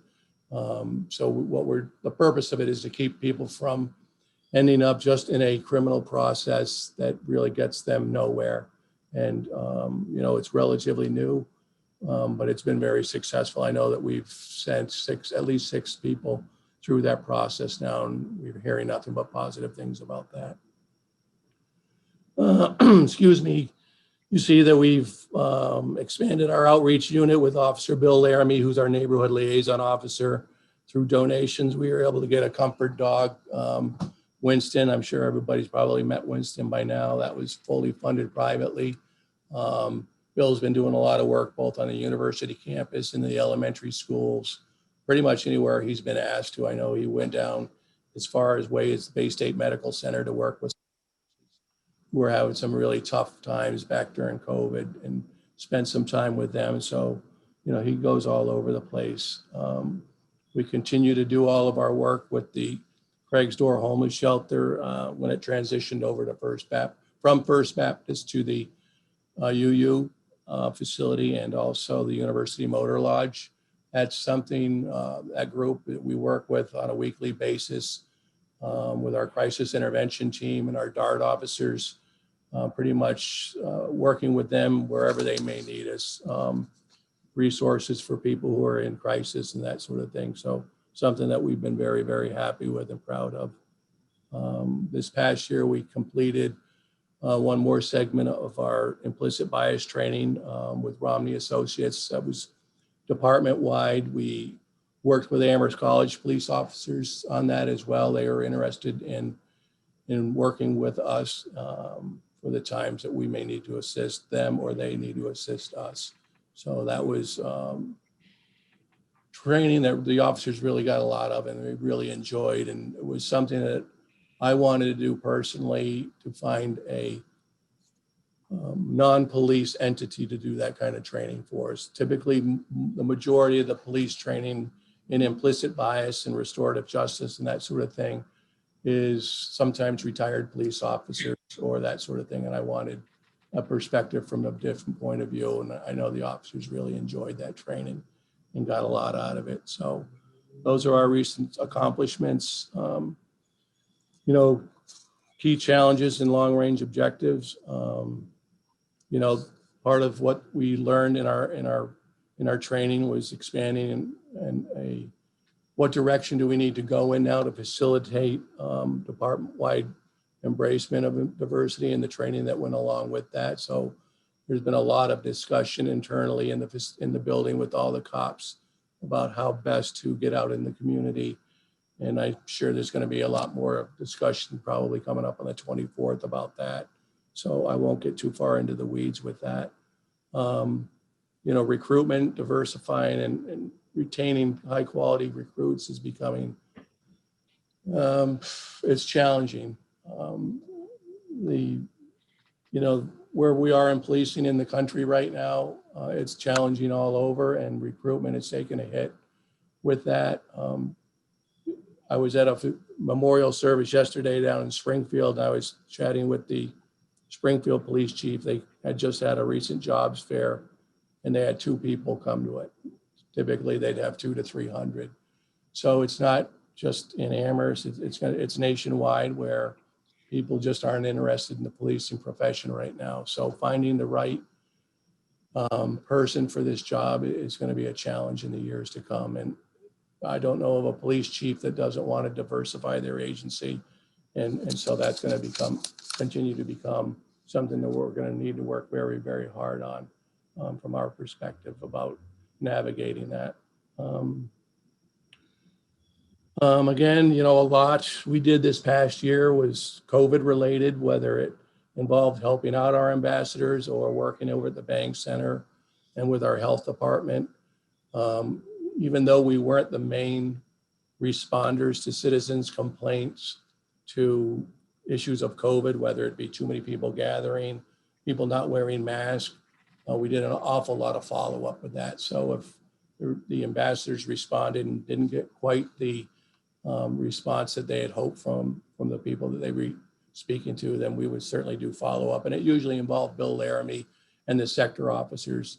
Sometimes it would be the day after, or a couple of days after, to try and speak with the people about why it was important to be following the CDC guidelines and that sort of thing. So we did a lot of that this past year, and that's represented in our key challenges as well. Status of our prior year objectives, looking to implement and expand our SEPTEB team, which was, award winning, and it really involved Bill Laramie and the sector officers and the people that we worked with at the University of Massachusetts, including Sally Lanowski and her group in the health department and in the Dean of Students office. So there was a pretty big group of people who consistently work on neighborhood issues, quality of life responses, and quality of life issues. And that's, I know that's not new to most of you on the finance committee or on the town council, but it's something that is continuous and ongoing, and it's always moving to different parts of town, incorporating the UMass athletic teams and our Every Woman Center at the university. We have an in-house civilian domestic violence person who works right in our building that we work closely with, and she's part of that as well. So, part of the things we're currently working on now, and there's a lot of information coming, not just from what's going on at the local level, but the governor and the state legislators passed a police reform bill this past December 31st, and there are going to be a lot of changes specific to police oversight,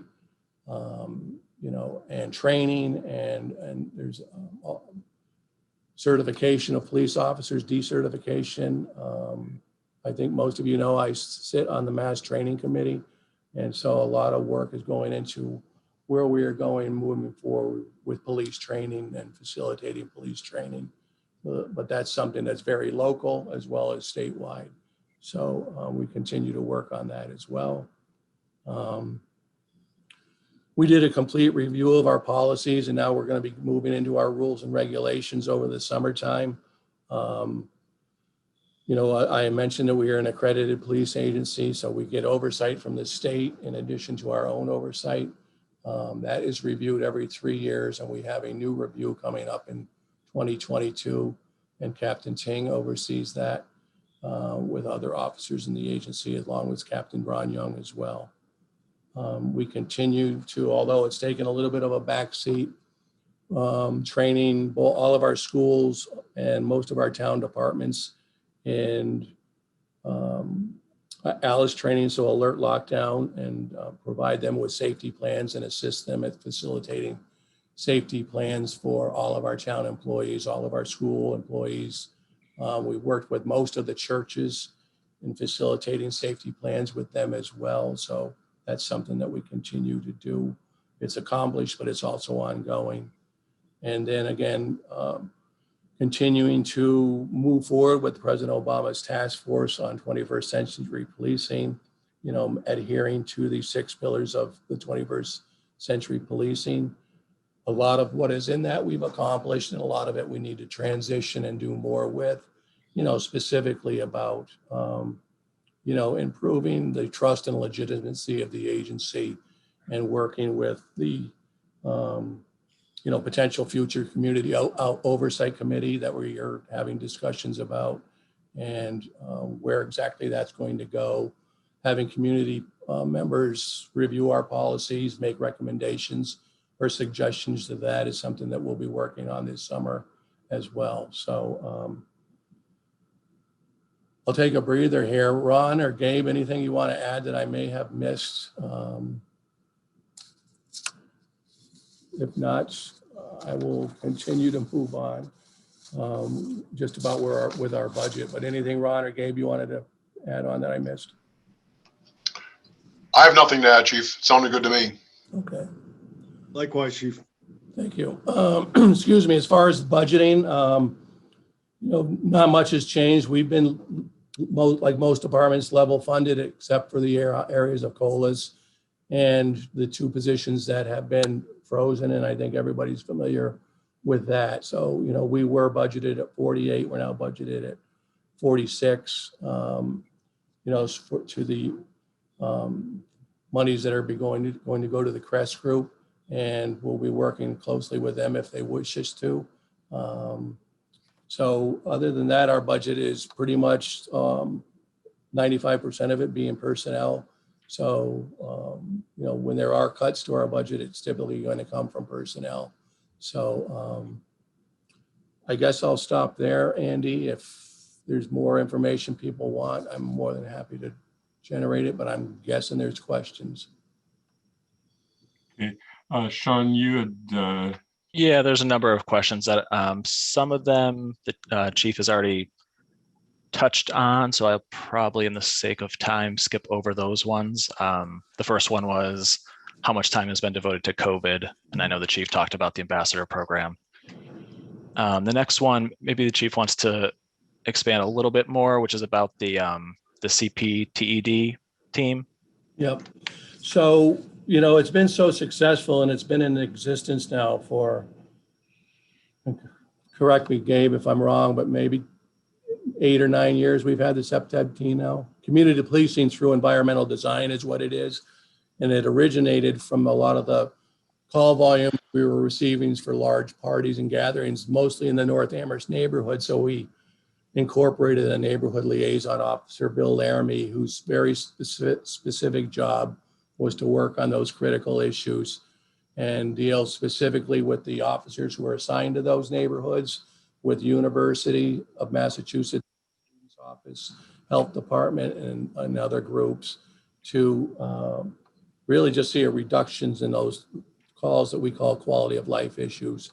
So what we wanted to do was expand on that group so that we had more than just one officer dedicated to that, one full-time officer who was Bill Laramie, so that, we took a little bit of the workload off of Bill, but also that we could start moving into other areas of town, South Amherst, and quite frankly, anybody who was looking for us to work on very specific needs or concerns in their neighborhood. So we are looking to expand that group. Bill typically works out of uniform, and I think that's been beneficial as well. So that's kind of what that program is all about. Gabe? Chief, if you don't mind me jumping in real quick, just to give you folks an example to kind of highlight what the CPTED program is all about. It's a mechanism for problem-oriented policing. What I mean by that is, so for example, on Hobart Lane, that's a particularly it's a hot spot for large-scale college parties. And in the past years, our way of trying to deal with that is, making arrests and just monitoring the parties to make sure it doesn't get out of hand. However, we were trying to figure out solutions of how to try and eliminate that as a hotspot. So our department, our sector officers, along with our outreach, got together with the landlords in that area to try and brainstorm through the concepts of CPTED. And they decided to grow natural barriers in the specific common areas where the college kids like to gather. And once all of that growth came in, it kind of eliminated that particular area as an attraction. And since then, Hobart Lane has really not been all that attractive for college kids to gather anymore. So, that's just one example. Another example is trying to figure out areas that are more dangerous for traffic and pedestrians, and where there might be it might benefit some more lighting. So a lot of times we'll get the DPW involved and other agencies to try and figure out, through environmental design, how can we improve whatever the problem it is. Thank you. So the next question was about how many positions there are on staff. And I think the chief noted that there were 4 vacancies currently, of which 2 are the ones that have been shifted to the social services community responder program. The next question was, so the question relates to the personnel budget, and it was taking the FY21 budget and dividing it by 50 positions, the personnel budget, and then taking the FY22 budget and dividing it by 48 positions to get a sense of sort of what the cost per position change was. And so it was about 4.8%. So that personnel line includes a number of sort of sub accounts. So there's a regular wage account, there's a educational incentives, longevity, overtime, there's a number of sub accounts. So when we were unpacking the change, we actually did uncover a mistake in how the educational incentive piece was calculated. It's going to reduce the budget by about 40,000. And it's something that I have to talk to the town manager about in a little bit because we actually just found it the other day. But we'll report back to the committee about that later on when we decide where it's going to go. But it's going to actually reduce the police department's budget by another 40,000. And so that's one benefit of this review process and these detailed questions is that it's another check on our numbers. But it was not in the wages section. It was in this educational benefit and some of these other types of wages. There was a question also related to overtime, whether there was any change in the overtime account. And so overtime did not change the budget from FY21 to FY22. And then there was another question about whether the rate of increase per person is expected to continue. So again, once we fix that mistake and we take that out, the rate of increase is actually much lower. It's closer to between 3% and 4%. And sort of like dispatch and other areas, it really depends on how many staff are getting steps and how many staff are getting COLAs as to what percentage increase it is. And there's other changes like educational incentives and longevity that can also affect that year-to-year increase. The next section, Kathy, do you have I guess Kathy has a question. If you have a question on that specific group of questions, maybe we should stop now and then we can go to the next set.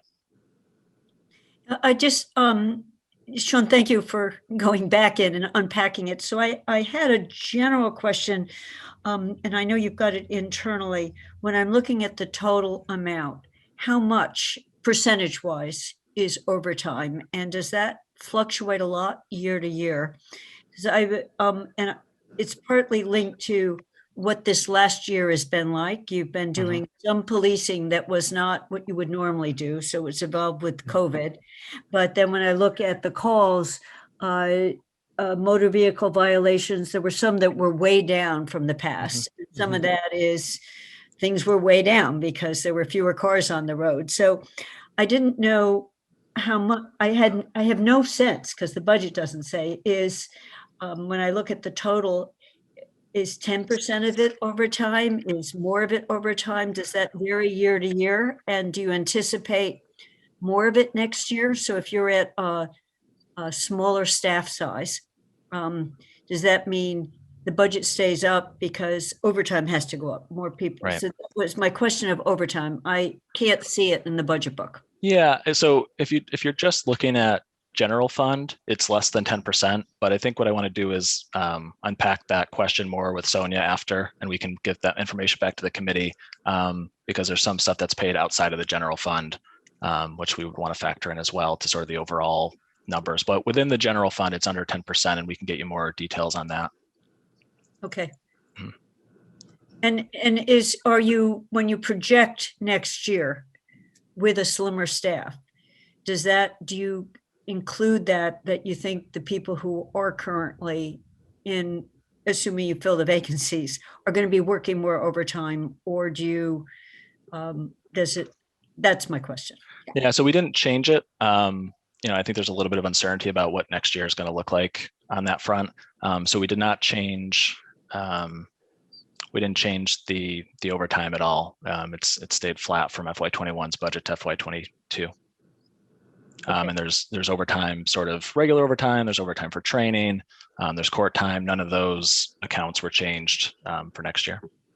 Again, just in terms of the budgeting, this will show a little bit of ignorance. So if you turn out to be wrong, is that the manager then making it all work so money flows over and so you see that you were under budgeted because of this, or flip side, that you were over budgeted because you needed less? How does that work in the town manager discretion to move across to different departments?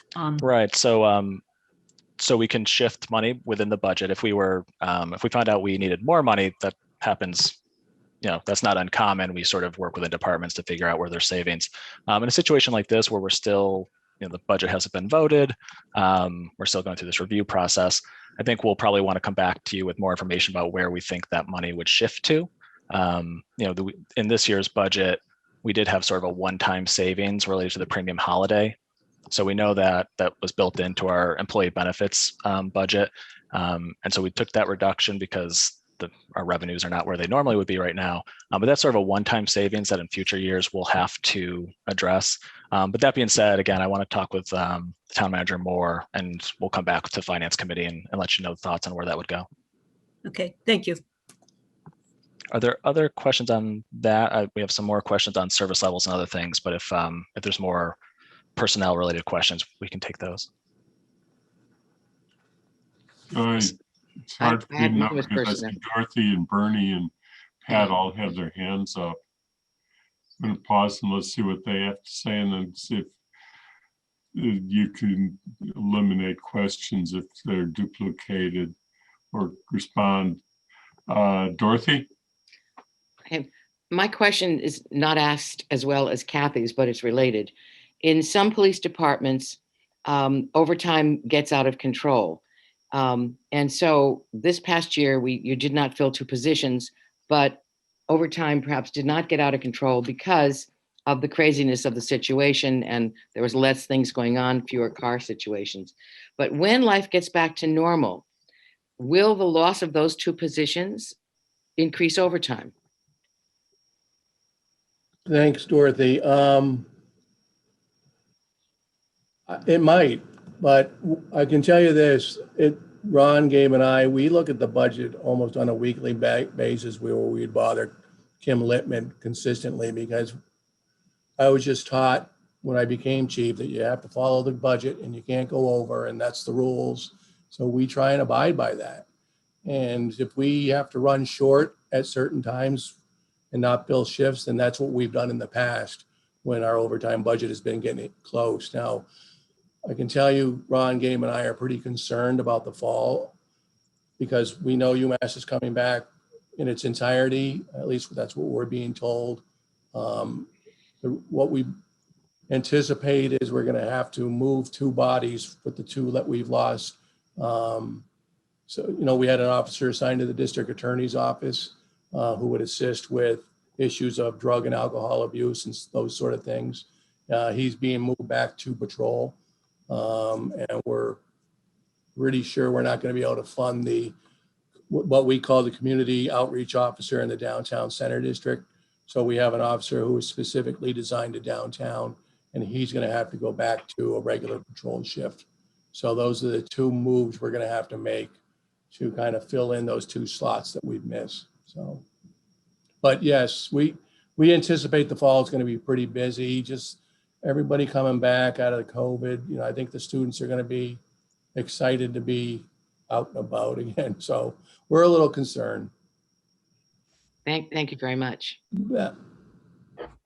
Bernie? Yeah, my question is pretty much along the lines of Dorothy's, because my experience with police budgets are trying to calculate overtime. It's always a best guess situation because you can't predict when something horrible is going to happen.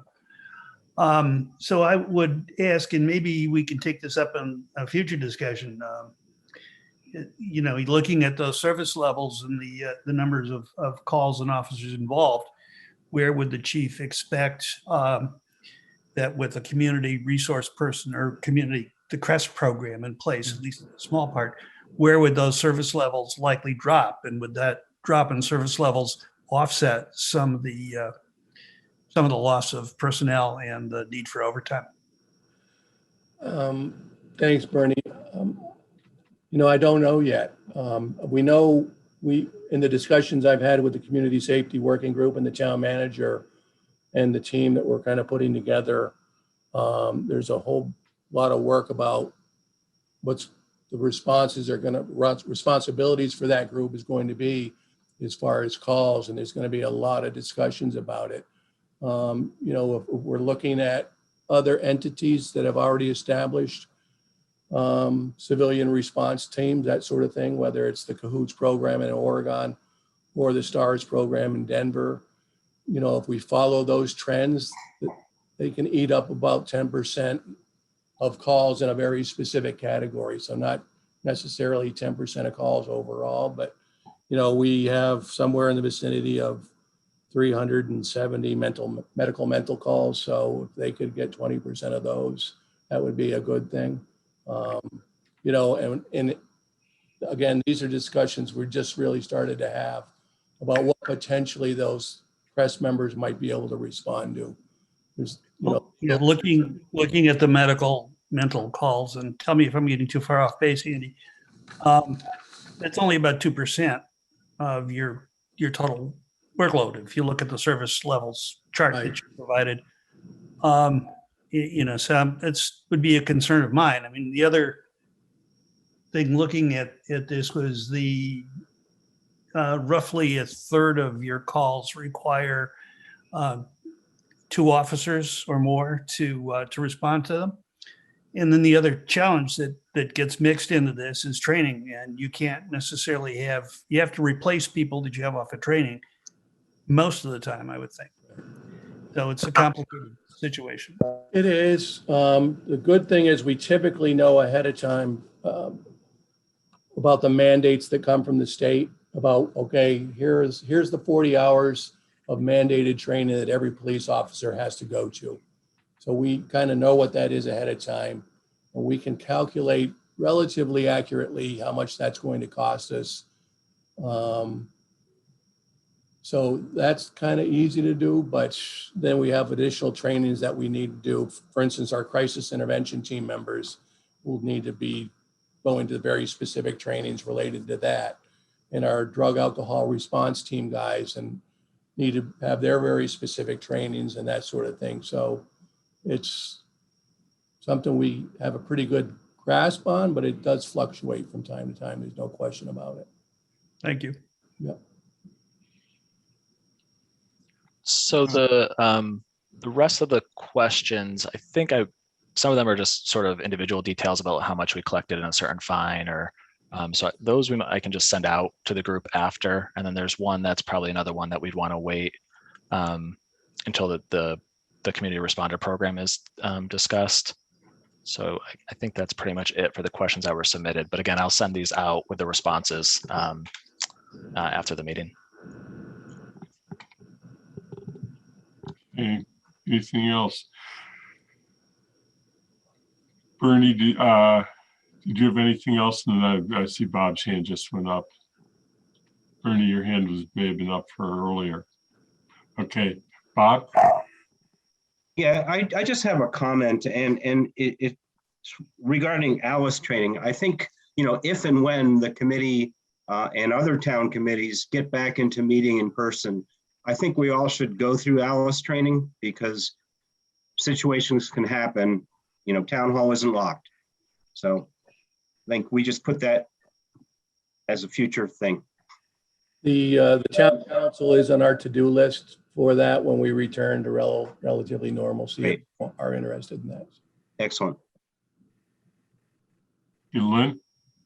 Yeah, 2 things. I actually would like to know the nature of the question that was delayed because of Pat's comment. And I also would like to add that we post the answers to the additional questions, not just send them to the committee. Yeah, so I can read. So one question was future training needs for social services, work with I think police community safety. So I think it's about the collaboration between police and the community responder program. And then there was another one that's sort of related that was sort of touched upon with the medical mental, which was what percentage of calls do not need police presence. I don't have specific answers to that, only because we're not there yet. So I don't know the entire number of calls that, you know, we'll be able to facilitate over to the CREST group. I'm sorry, Sean and Kathy and Lynn, I don't have the answers to those yet. I mean, I know I've made a number of statements about where we would like it to be from the police department side. You know, we welcome the potential to not have to respond to some of those calls. We know they're not all gonna, go away from our police responsibility, but, I guess we'll find out. And I also think it's probably gonna be one of those situations where it'll change from year to year. You know, they're going to find out that certain calls they maybe thought they could respond to, they couldn't respond to, and maybe there's other calls that we can direct in their direction as well, put in their direction as well. So I think it's going to be kind of a like living document type thing in the beginning, at least. Thank you. Thanks. Mike, Chief, did can you I- wanna add? Sorry, can I just butt in for 1 second regarding the medical mental calls? This kind of goes back to when people have nobody else to call, they call 911. And oftentimes some of our population, they just want to talk to somebody in person. And those would be the type of calls that we might be able to triage out and not have to send an officer. They're not requesting an ambulance, they're not actually requesting an officer, but they want to speak to somebody in person. And oftentimes the officers are the only option we have. So I don't want an answer to this question today. I'm just going to say what it is, what's been on my mind, and but I really think it should wait until later in a subsequent meeting. And that is, of the calls that are likely to stay with the police department, are those likely to be calls that require 2 officer responses? And what is that going to spin out to in staffing needs? But I don't want to get into that today, but it is a subject that I would like to get into at a future time.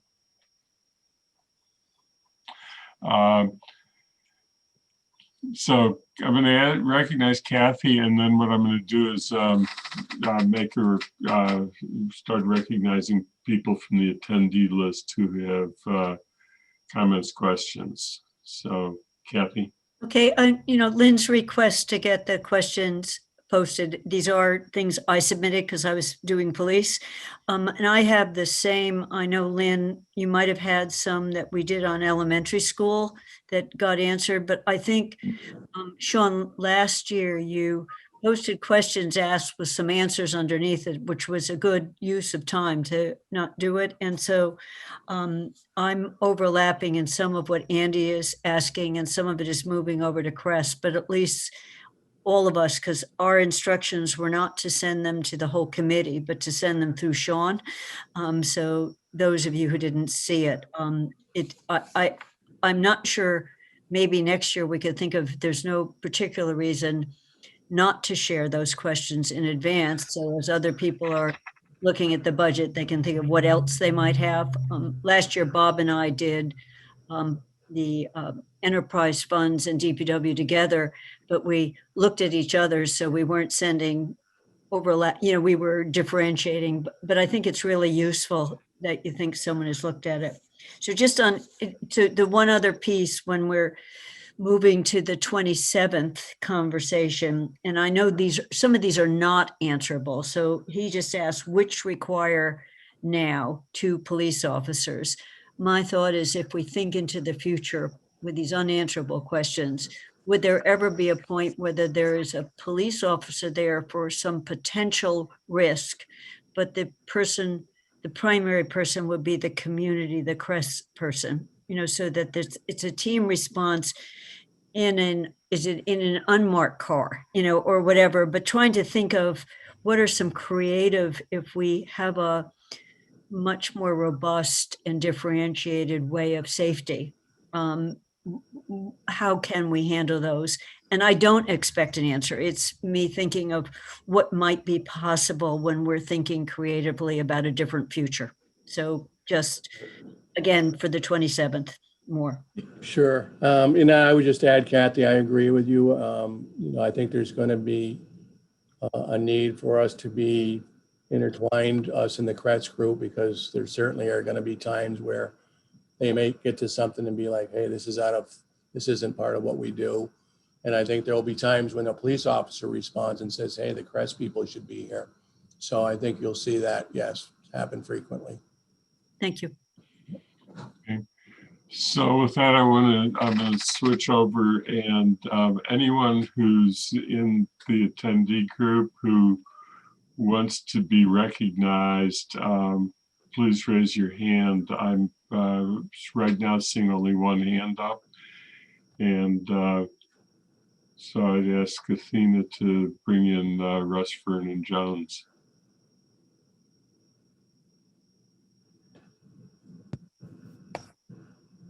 Russ?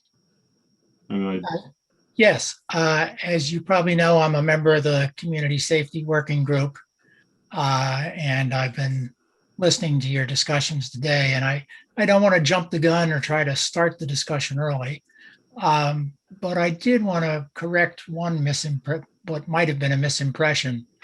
But first, I want to say that Chief Livingstone has been very generous with his time and sharing information with our group, and very open, as you just heard, to the idea of collaboration between the CREST program and the Amherst Police Department. We've not had as much time to share with him our vision of what the CREST program will be. But I just wanted to say that across the country, most of these programs are handling between 25% and 30, or 20% and 35% of calls that police have had. And Cahoots is at least twice what was quoted. It's at least 20%. So I just didn't want people to spend the 2 weeks with that misimpression. But we'll talk more in a couple of weeks when the working group comes to discuss this with you. Thanks. okay, well, thank you, Russ. So let's see, Brianna Owen.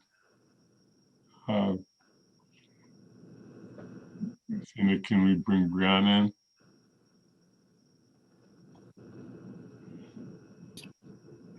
Hi, everyone. Thank you for having me. I just wanted to clarify one thing that kind of seemed to be misunderstood at the beginning of the meeting. CREST was specifically designed to be an alternative public safety service.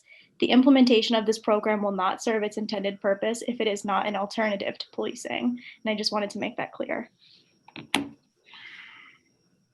Thank you. And I'm looking forward to a complete presentation on the 27th so that council has an opportunity to get a complete understanding of what is being proposed and what the vision of the discussion of the community services working group is. So thank you for bringing that to us.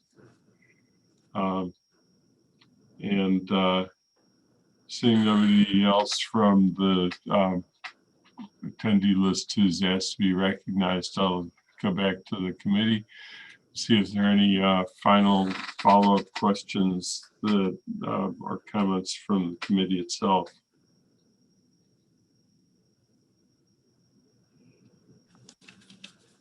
See, Kathy, you.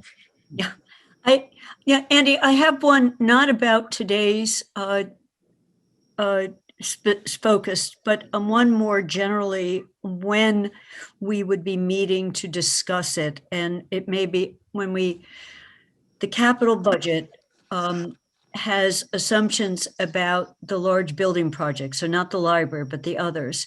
Do we have a specific day when we will be talking about the all of that? Because that originally came from a proposed way of staff of being able to finance all these, but we've never had a discussion, and JCPC specifically did not talk about that at all. We just looked at those line items, and it goes with issuing debt and then debt service in the future. So it has an impact on operating budgets or on impact on what else we can do. So I'm just looking for when that discussion will happen. That's question number one. And I think Sean answered my other question, but we heard with schools that they've got, once council votes on a budget, the schools have some flexibility to move money around to the extent they need more in one error. So they've got a cap. Does the town manager within the departments that he is overseeing, we're setting budgets or we're talking about budgets.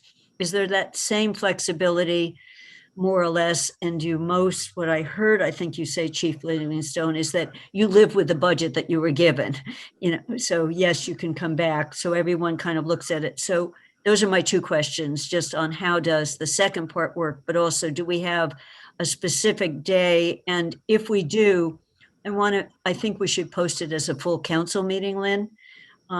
So it's the capital budget, but also these other pieces, because we're in effect endorsing a particular approach if we're endorsing the 5-year budget and the next year budget with fire and DPW in it. So that was my question on the first part. Yeah, Sean, why don't you respond to that quickly? I wanted to try and stick with public safety and get back to the logistics of the committee more at the conclusion, because otherwise it's unfair to our fire department staff who are also waiting. Yeah, I can answer those really quick. The capital improvement program. So we already did sort of discuss it. The first, I think our first meeting in May, we did a budget overview, and then we did the capital improvement program. However, I imagine it can be discussed more before the finance committee does its report. And also, I think there's a forum scheduled in June where it can be discussed more. And then obviously, if the finance committee wants to schedule additional time to get into more detail into the capital improvement program, we can. And then the second piece, yes, the town manager can shift between departments, although I'll say almost none of that happens since I've been here. There's very little shifting between departments. Departments stick to their budgets. It's all the departments are very good at, what their budget is that's voted for the year, operating within that budget. And it's really if there's an emergency or something along those lines where it might happen. Thank you. Yeah, in our old form of government, just to remind everybody, we were budgeting to functional areas so that public safety would be one functional area. And if public safety, if the money needed to be moved around within those segments, the town manager did not have to come back to the finance committee and town meeting. But if there was and I think that under our new form of government, there's even a greater degree of flexibility to that. But we can talk about that another time. So I think that's it then, unless anybody has any last questions. I'm looking around. Pat, I know you've had your hand up for a while and then took it down. My question was covered by Bernie when I had it up. Okay, great. So Chief Livingstone and everybody else from the police department and Captain Ting, Mr. Curtin, thank you very much for your time this afternoon. We really appreciate it. Thank you. We really appreciate that this has been a very difficult year in many different respects, and we really thank you for what you've done for our community through this very tough year. So thank you, Andy, and thank you to everybody. Appreciate it. And I see that we have Chief Nelson here, and I think I saw. Good afternoon. Yep, it's afternoon. Good afternoon. So I'll leave it to you, and then say hi to Lindsay too. I think Assistant Chief Olmsted should be here as well, correct? Lindsay, is he here? It doesn't appear to me. I'll give him a buzz on the phone. I thought he was preparing to sign on, but you can start it. I'll see what he's up to. Okay. All right. Good. Thanks. All right. Well, good afternoon. want to say hi. I'm on vacation too, by the way. Hey, But it's nice. It's nice. It's a little nicer where I am. So anyway, so nothing. No great opening or speech or whatever. We're this has been an exceptional year, I think, for everyone, and we're no exception. We've been still trying to deliver top-notch service in spite of the conditions we've been in for the last year and a half now. It seems with the pandemic, it's brought some pressures upon us. But I think we've been able to meet those challenges and rise above them, and you'll see as we go on. But again, it's been a challenge for us. You've heard about our staffing issues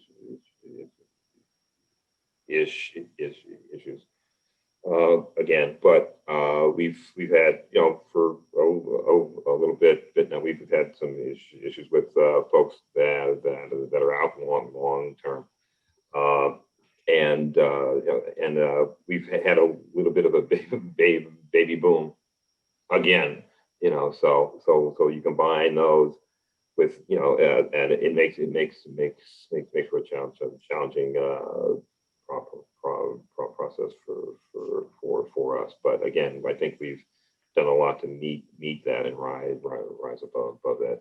To, as I said, to perform our core duty, which is to perform, which is to give good public safety protection for the town. So with that, I think I just open it up to the panel.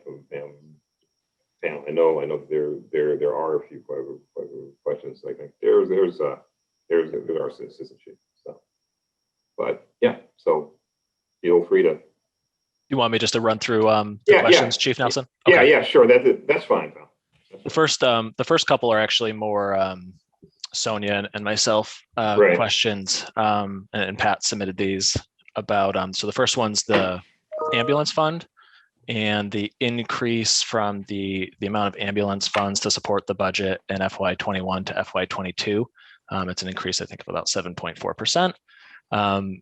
So that number was decreased quite a bit in FY21 because of COVID, and I think it was also because of the Hadley contract. So it was sort of a double whammy for FY21 that reduced that number. As we look forward to FY22, we anticipate that to start to recover with the colleges and universities coming back in full. We think the lull and call volume will start to come back. And the other thing is that fees were increased. The ambulance fees were increased. And so we'll start to see what that actually looks like.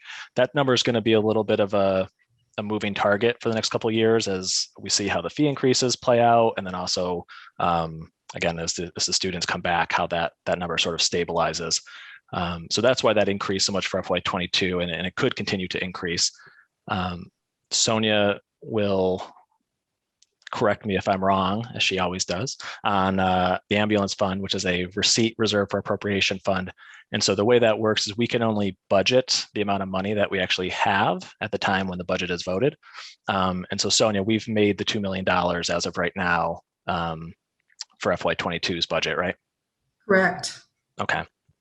And so in addition to the amount of money that supports the general fund budget, we also try to build up a balance in that fund to pay for some capital expenditures as well. So the last ambulance that we purchased earlier in this fiscal year, that was purchased out of the ambulance fund. And I don't know if Chief Nelson has an update on when that ambulance is supposed to arrive. Right now we're looking at mid to late July for the new rig. Okay, great. So that's the question on the ambulance fund. And then there was just a question just following up on that specific one about how the ambulance funds are used. So they generally support the fire EMS staffing. In the budget, there is some that goes to support, there's some software related to the insurance billing that it also supports, but we can provide a breakdown, more detailed breakdown of that. I can do that right now if you want. Yeah, go ahead, Sonia. So there's about 57,000 that goes to the general fund for our collection. We're a third-party collection now, so we have Comstar do the collections on that, and that's we budget an estimated amount of what the fee is going to be for that collection, and the $10,000 for the ESO software. And that's all that comes out of there now towards the general fund. It used to be a part of a person in the collector's office when the billing was in-house, but it's no longer in-house. And so the rest is for the fire EMS staffing or the fire EMS department, right? Okay. There's like 1.9 something million that's for fire staffing. Right. So then the next question that's also sort of us is about the CARES money that funded for temporary positions. So those 4 temporary positions were funded through the end of December, and then they stopped. And the reason why they stopped is at that time we thought CARES was going to end at the end of December, and we received really late notice in the last week or two of December that the CARES program was going to be extended. And so, Chief Nelson, correct me if I'm wrong on this, I believe those positions have been brought back mostly to fill in for leaves and things of that nature.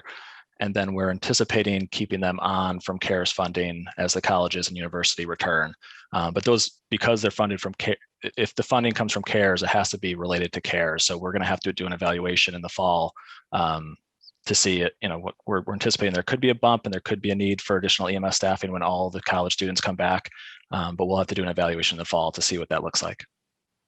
Yep, you're right. We brought back temps right now. We've got a few folks that are out long term on the injured list. And then the next question I'll pass off to probably Chief Stromgren about the equipment and the vehicles. So the first question is about the 32-year-old ladder truck and the pressures of maintenance and serviceability and reliability. Sure. Yeah, the ladder truck is at this point 33 years old. It's a 1988. And I just learned yesterday, actually, that it's the second oldest ladder truck in the state of Massachusetts.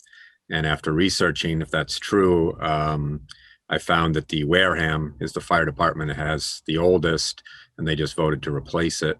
So pretty soon here, we'll have the oldest in the state. But theirs is actually what we call a straight stick. It's a much smaller truck.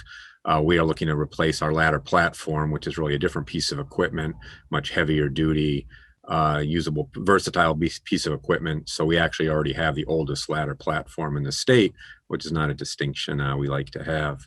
The issue with its age is multifold. Any vehicle, obviously, the older it gets, the more maintenance intensive it's going to be. That applies to both the ladder truck, the ambulances, the fire trucks.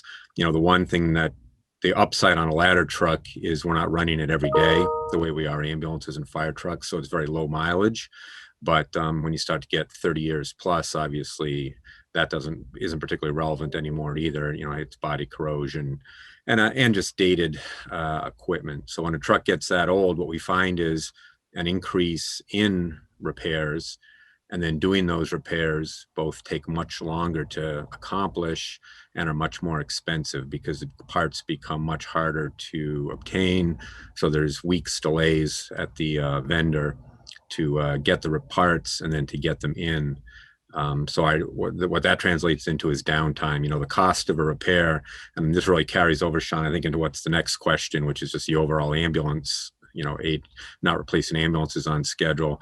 Any vehicle, there's a number of different costs when you talk about a breakdown. There's the actual cost to fix it, the parts and labor, but then there's the cost potentially to tow it. We pay about $400 a tow to move a vehicle 20 miles. That's the going rate. Or we have to pay individuals overtime to drive it somewhere if it's drivable.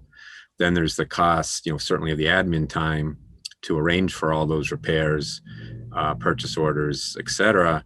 And then the cost of loss of use, that's a very real cost, is not having, in the case our one ladder truck, or in the case of an ambulance, 1 or 2 ambulances not available.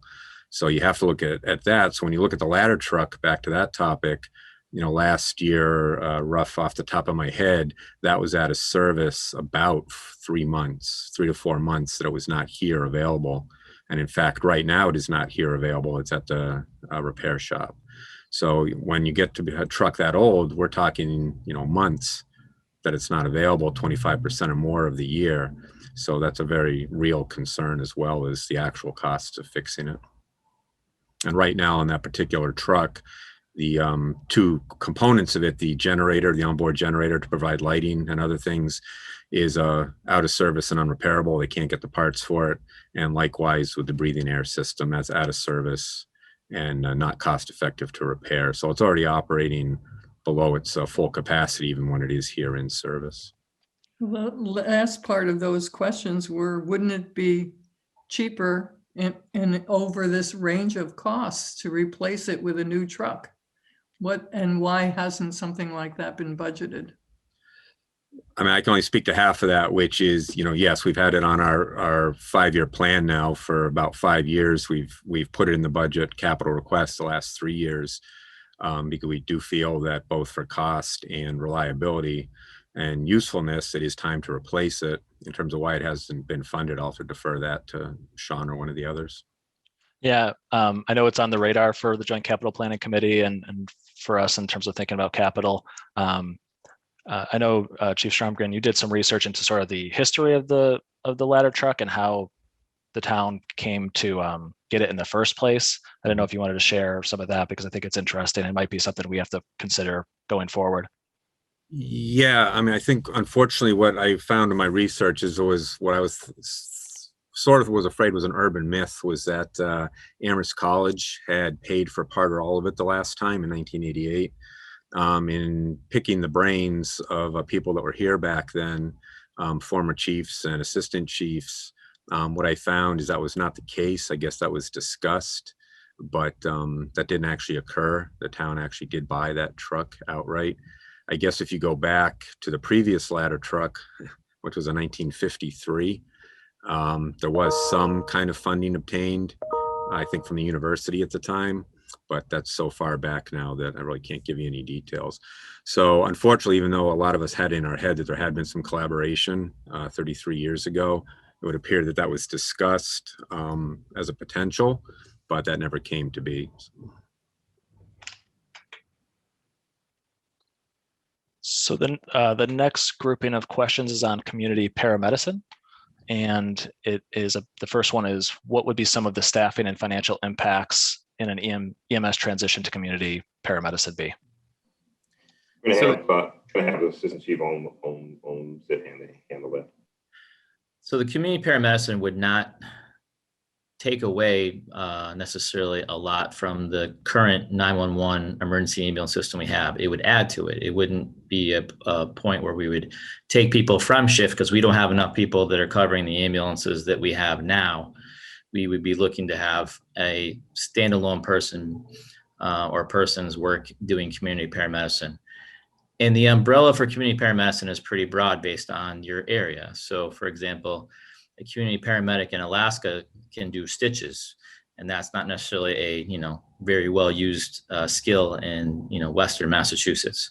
But the areas that we really look to concentrate on would be more along the lines of anything from working with folks with homelessness, mental health, chronic disease, and working with primary care doctors to try to do things to help really send less people to the hospital. And that decreases costs for not only the community, the patient, insurance, and can make a big difference in the big picture. The hard part about community paramedicine is the financing and then getting paid for the services that we might provide. So if we help folks with home safety, take care of somebody who has just received a surgery, and then we do some follow-up so they don't have to go back to the emergency department. The limitations on that right now is we would be basically billing probably a Medicare rate, which is a lower level rate in the insurance world, to get reimbursed for the services we provide. So it would be something we would be adding to the system to try to make the overall health of the community better. But we're so short-staffed on the emergency side, we wouldn't see a change out from that group. And then the last question we have is, what if any financial impact would compliance with the new OSHA regulations would there be from the new OSHA regulations? Or are we already living it? Well, no, not that. One of the good things about these new regs is that the state, of course, is looking for compliance, but at the same time, they're not going to come through with the bat and hit folks about the head, getting them to comply. The state won't want to work with municipalities. So for us, it's a case of just making our work area safe. We're in a good place through a good part of the town, but for instance, since central headquarters, there's a lot that would need to be done. That would have to be done to bring it into compliance. The best way to bring the building into compliance would be to replace it with a new building. So, but there will be a tenant cost, but not costs that would be an inordinate. And in the end, I guess you'd have to ask at what prices and employees say safety. But that being said, again, I don't believe that the cost would be of then inordinate fashion to bring us into compliance. Hey, Sean. Yes. Sean, can I add one other thing about the community paramedicine? I kind of paused wondering if anybody was going to ask any questions. Our first really big, dip into community paramedicine that we've started with is really been the COVID vaccination program. So we've been heavily involved with the vaccination clinics since they started, whether it's working with Emma and Jen, sort of managing and running those, or the number of medics that have worked at the clinics to help give shots, and the impact we've had doing the homebound program. And really, it's been a really good collaborative effort with public health and the volunteers and the nurses from the schools. So the vaccination clinic was kind of our one big jump into this, but we did it, other than myself, with folks that were off duty. So just to sort of transition back to that question, like how would that impact? It would probably be something that would be outside the normal staffing of the shift. Thank you for doing it and also for that information. Yeah, I too want to thank you for doing that participation and all that you did to make those vaccination clinics so successful. Sean, was there anything else? The only thing I'll add, just building off what Chief Nelson mentioned, is it's sort of on the capital side of things, but there is a borrowing authorization to advance the design work for a new fire station. That's part of the FY22 request. So it's just something to keep in mind, sort of the whole fire package, that there's a request for funding to move that project forward. Well, I have a couple of questions. There was one more question, and it was about what's led to 125. What changes in practice have led to 125% increase in fire calls? Oh yeah, that one got cut off. Sorry. That's all right. All right. Well, first off, the 125% in increase is in our what we call our rescue type calls, and what that did, that made an increase in total calls of about 14%. What we've been doing about for the last year now, I believe. March 30th of last year. Yep. Okay. All right. What we've done is we got a practice where for a certain types of calls, either the EMS calls, we will send a fire truck in addition to that. We're sending more per personnel, and that's for heart attacks, strokes, difficulty breathing calls where in general you're going to need more hands.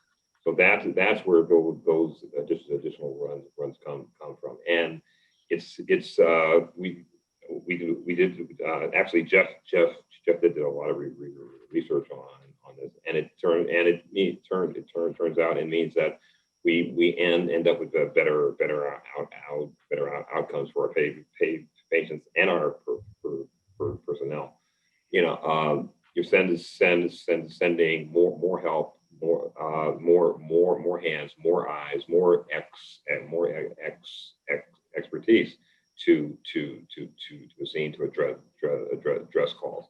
And one of the other pieces of this is, you know, at times, you know, our folks tend to say, okay, look, I've got to be concerned about the next call, so I'm not going to call for help, even though I may need help to move a patient, let's say.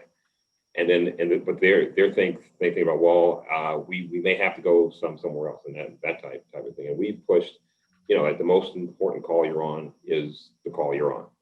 So which means that if you need help, call for help. If you need help to move a patient, you don't need to blow out your back, you know, to move the patient. We will get, you know, there's help out there. And the other piece of this too, on those high acuity calls, you know, most of our personnel are paramedics. Once they you know, you get more of that expertise on scene, you have again, you're going to move towards a better outcome for your patient, because you've got more folks, more highly trained folks that are part of this incident. So that's, you know, yes, we're running more calls because of that, but in the end, it's about bringing about a better outcome for our patients.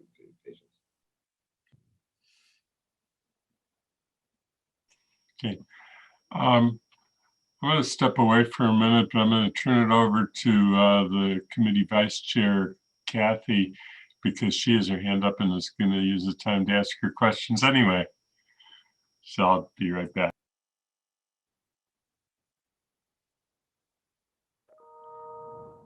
You're muted, Kathy.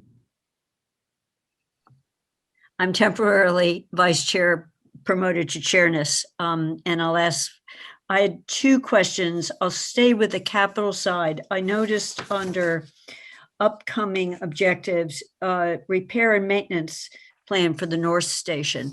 I sit on the capital planning side, and in my memory, there weren't any big requests for the North Station. So is most of what you foresee for the North Station immediate needs over the next year or several years within just a maintenance or repair budget? Or are there big ticket items that we don't know about? That's question number one. Okay. I'll let Lindsay answer that. There's I'll say there's no immediate needs in terms of a critical infrastructure like a boiler or air conditioning system, something like that. Those have been repaired in the last 5 years or so, mostly unfortunately due to emergency procurements, but they are new at this point. We definitely have some exterior envelope needs that I've discussed with Jeremiah from the facilities department. The outside of North Station is looking a little rough if you've seen it. We have rot and flaking on all the wooden parts of the building. So he's come to look at that. So I'm just throwing out rough numbers here, but you know, that's something in the $30,000 to $50,000 range probably at this point that needs to get done. Those are one of the big ones we're aware of. He tells me that the roof is nearing end of life. It's hard to believe. It seems like we just replaced it, but it's over 20 years ago. So he's concerned about that based on the type of roof. You know, that's really his area of expertise more than ours. So we are looking to him more and more to assess those parts of the building where he has the knowledge beyond us. Certainly inside there will be things like carpeting and other interior renovations that are going to need to be done in the upcoming years, but there's not a singular you know, item that we're aware of that's going to have to be replaced. And Kathy, can I add to that real quick? One of the changes we made this year in addition to what was just said about Jeremiah, our facilities manager, taking more of an active role in maintaining the fire stations, we also included, remember that interior exterior repair ongoing amount. Historically, that has not included the fire stations. Those buildings were maintained sort of separate from that. This year, we intentionally added the fire stations to the bucket of, or the group of facilities that will be covered by that money. So I imagine that money will help with these projects in the future that were just mentioned. Okay, but so roof is one potential that I don't remember seeing. So I'm just, noting that. But so let me just switch to staffing then. In the past, you've talked about staffing as an issue. And what I can see from the overall service calls is one thing COVID did was fewer EMS calls, not dramatic, but lower in the last year.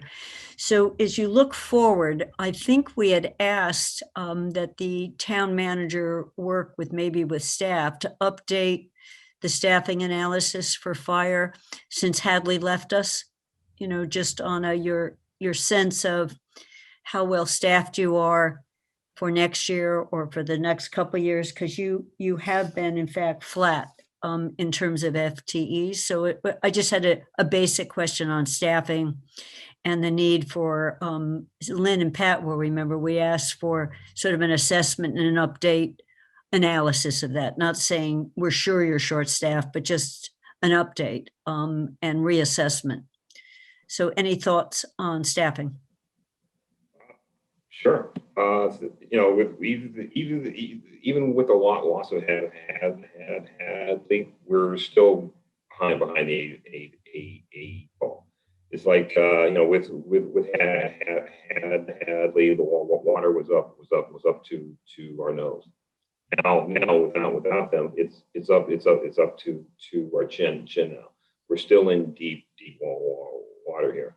And yes, COVID reduced our calls, but that's not another way. It's going to be forever. We projected that when Hadley left, our first projection was that it would take about five years to get back where we were when we had Hadley.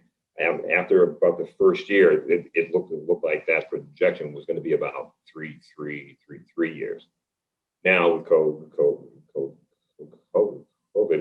having shown up, it's pushed that out a bit. Right now rough guess is two to three years. But again, we're already behind the curve, no matter what. We should. We've been at this staffing level.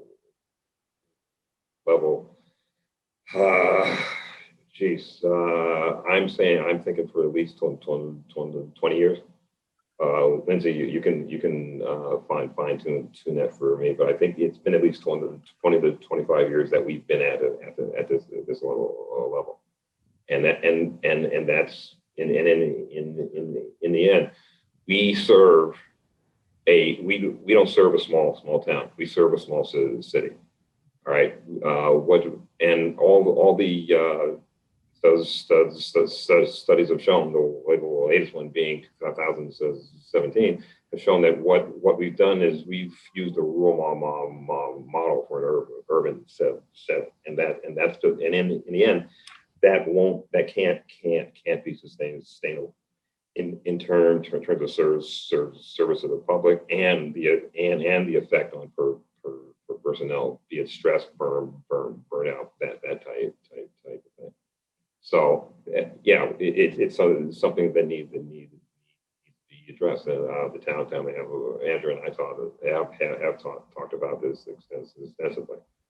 But I mean, for me, it's been a case where I've said at some point there are some constituencies that are going to have to be denied funds in order to have the type of public safety presence that this town needs and deserves. So. Yeah, and I just to answer your question, Chief, it's one thing that's always important to keep in mind, that differentiation of staffing versus minimum staffing. Right. You know, if you talk about staffing, we have had a small increase. Staffing is the actual number of FTEs that work for the fire department. There was a small staffing increase when Chief Hoyle was here. So we're talking about 15 to 20 years ago, where they got a SAFER grant, which covered the costs of those firefighters for a few years, and then the town ultimately picks up the cost of them. But minimum staffing, which is the number of firefighters that report to work each day that we require to be here in the building to serve the town, that is currently at 7 during the non-academic year, 8 during the academic year. You know, it was, I think, 5 in the 70s, early 80s, went up to 6 in the 80s, and now we're at 7. So no, the actual minimum staffing, which really is the number we should care about the most, really has not gone up. That's the number that we want to go up. Then the question becomes, how many FTEs do you need to maintain that particular minimum staffing? Because you have to take into account vacation time, training, sickness, et cetera. Obviously, you need more FTEs assigned to each shift in order to maintain that minimum staffing. Otherwise, your overtime becomes crazy and you just can't maintain it because you can't get people to work enough overtime. And I want to just kind of throw in the idea that that minimum staffing today of 8, and what it gets you essentially is 3 ambulances that are cross-staffed. They have a spot in an engine and they are assigned to an ambulance. And that leaves 2 firefighters left to be the only firefighters left in town when we use all 3 of those ambulances, which we frequently do. And we're honestly a 4 ambulance community. Like every day, we should probably have 4 ambulances available to the community, and on Friday nights, 5. It's predictable, it's preventable, it happens routinely, especially when the students come back in the fall. This is not, we see this in mutual aid. We see this the number of times we draw Northampton ambulance or Belchtown ambulance to our community, especially on those times. That's the service load we are. We are desiring to have at least one engine of 3 and probably 4 ambulances all the time. That's what our service need is. And it pushes you out towards 11 as a minimum staffing instead of 8. And ideally, when we are at 13, we did those extra money that we got from UMass, and we're at 13, we can pretty much cover all of our needs and not have to ask for help from outside communities on a regular basis. And we're able to kind of be all the places we're supposed to be. And as a captain, I had spent time on a Friday night driving my fire truck by myself from one call to another because all my ambulances were gone. And that was just the buffer between the next ambulance coming back into town. And that was not an unusual event in those days. So I'm looking for other hands, but just following up, it sounds like UMass needs to ante up for some of this if the surge is predictable and the prediction of where the surge is coming from is also predictable. Well, that is true, but in our studies, we've found that the growth, or either the EMS growth, has been in the town of Amherst. That's where most of our growth is coming from. And yes, we need to make sure that actually all three schools pay their fair share. But at the same time, most of our growth is in town. And that's and we need at some point we need to do something about this. We've talked about this. I've been here 11 years. We've talked about it every year, and for the 10 to 15 years before that, I knew about this problem when I was a captain in the Holyoke fire department. This problem is well known throughout the fire service in this state. If you describe a department that runs its personnel the way we do, we cross staff. We're running all over the place, and that type of thing with the number of folks that we have on duty. invariably folks will say, "Oh, you must be from Amherst." It's well known throughout the state, but we have not, taken the steps yet to address it. I know it comes it pretty much comes down to money. I know, and it doesn't grow on trees. But at some point, we have to take either affirmative steps saying, okay, this is what we're going to do to address it, or say we're just not going to address it. But we can't just keep talking about this. We have to do something about it, one way or the other. Thank you very much. I see Andy is back, and Andy, I opened up a question about staffing needs, and that's what you were hearing. Yes, no, I'm turning chair back to you. Okay. I do see that there's one member of the public who wishes to come. We're going to do one more round of public comment in a few minutes. So I just want to acknowledge that somebody does have their hand up on the public side, the attendee side. I had two questions, Chief, and I don't know if for Assistant Chief Stromgren, that I'll pose them to you, and you obviously. One is back to the ladder truck question that was addressed earlier, and that is, how many communities in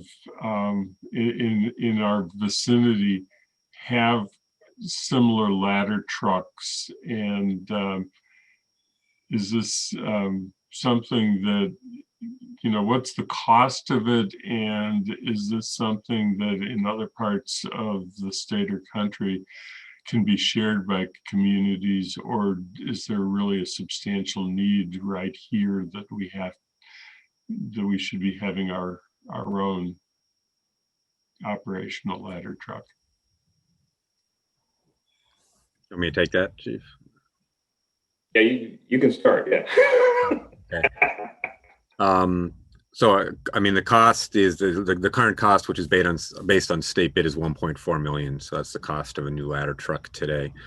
In terms of what's available in the area, the closest one, and just to clarify, this is what we call a ladder platform. It's a relatively large truck, 100 feet plus in the air, capability with a platform in the end for firefighters. So you don't have to climb it up and down. It lifts you up in the air, or civilians that you're rescuing. There are some smaller ladders out there with no platform on the end. Northampton has one, East Hampton has one. Those, of course, are on the other side of the river. This side of the river, we have one in South Deerfield and Ware. Those are the closest. It is considered part of a regional mutual aid system, in that obviously communities like Pelham, smaller towns, even Hadley has a ladder stick, but not a ladder platform. Larger communities such as ours typically have them. Smaller communities can't afford them or staff them, and will call for them when necessary. When ours is out of service, as it is right now, we would be calling Northampton as our first in ladder platform, just as they call for us very often. And the utility is, yes, our community definitely, without a doubt, has built. You could actually use it at a house, a 2-story house. It's a very useful tool, but in particular, it gets useful for sort of your downtown businesses. The misconception that we need it because of high rises at UMass is just that it's a misconception. You would not use a ladder truck of any kind at a high rise at UMass or anywhere. We fight those fires from the inside. But I'll let the Chief or Jeff talk about the utility of, quite frankly, the type of construction that we're seeing in town now, as well as some of the older construction downtown, is exactly what you would use this type of truck for. So I'll go ahead and start then. So if you look at the downtown and how it's changed, Kendrick Place, 1 East Pleasant Street, the entire downtown as it presently existed, we're not getting to those roof access points, getting up there to fight fires or ventilate without a ladder platform or a large ladder to get up there. That's just, you can't get there from ground ladders very easily. The buildings are too big. And then the downtown construction, instead of building with block, masonry, concrete, we're actually building these buildings. They're wood frame. They're made of wood, trusses, engineered wood. They do have sprinkler systems, but they can still burn. They still have places, and we still have rescue needs. As we build, we're building up in Amherst. So if you go to North Amherst and you look at the Beacon project and you look how large those apartments are, and there's construction, requests to make more big buildings in Amherst. That's not going to go away. There are more dormitories that are going to be built over at UMass because that's on a short list to start in the near year or two. And there's not a lot of space left in Amherst, so the only place really to go is to go up. And to do that, we need to have the protection to do fire and rescue and disaffect services. To make things nicer sometimes affects services, and this is one of those examples where it does have an effect on one of the services in town by making other parts of the community, a better place to live, a nicer place to live, nicer apartments, nicer downtown skylines, if you like that, those kind of things. We need to have the ability to provide the services that we're expected to provide. And the tool to do that in this case is this ladder platform. And you just one last thing, if you will. Oh, you and mentioned the possibility of sharing a ladder truck and all and that type of thing. When you need that ladder truck, you need it right then and there. Sharing something like that means that someone else is going to have to bring it to your incident, or you're going to have to take your personnel to take it to someone else's incident. And that's just not an effective way in this world to get the job done. It just just wouldn't work. And the folks all at times wonder about, well, gee, what do we need to allow a ladder truck for everything sprinkler and that type of thing. And around in our town, we have we have a lot of things single and two family homes, that type of thing. One of the things you use a ladder truck for, or and platform is the reach. A lot of our homes are set back from the street. You still need access to a roof to ventilate that type of thing. And you don't use the height, but you need to get that reach from the street to reach the structure. So that's one of the other utilities of a ladder truck in a residential community. Okay, thank you. That was very helpful.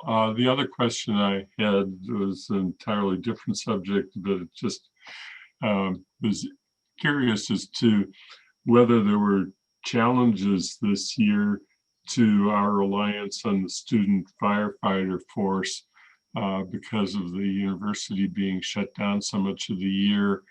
What the effect was, how it played out, and what the projection is for the next months ahead until the university's back up and going.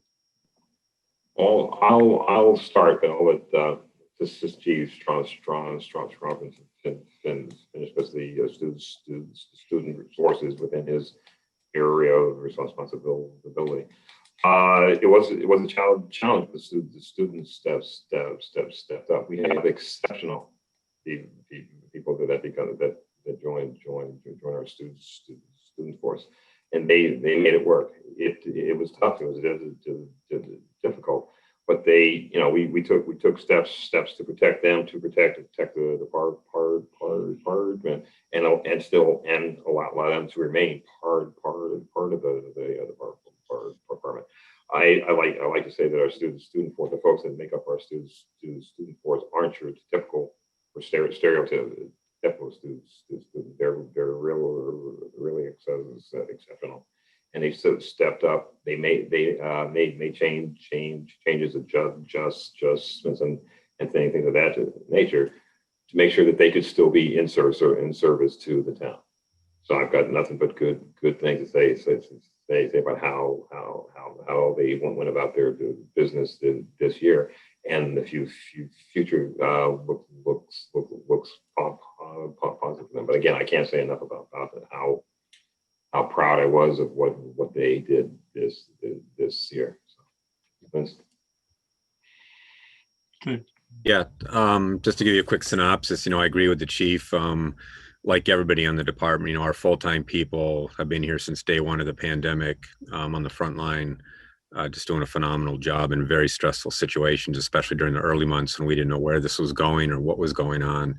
And our call force and student force, everybody hung in there and did what they had to do. The student force, just to give you a quick recap, a year ago in the spring, when the pandemic hit and UMass shut down, the student force did shut down for the rest of the spring, but quite a number of them, a dozen plus, we transferred over to the call force because they were staying here both to do schooling and wanted to continue on the fire department. So although the actual engine company didn't run last spring, a dozen of their members did serve with our call force.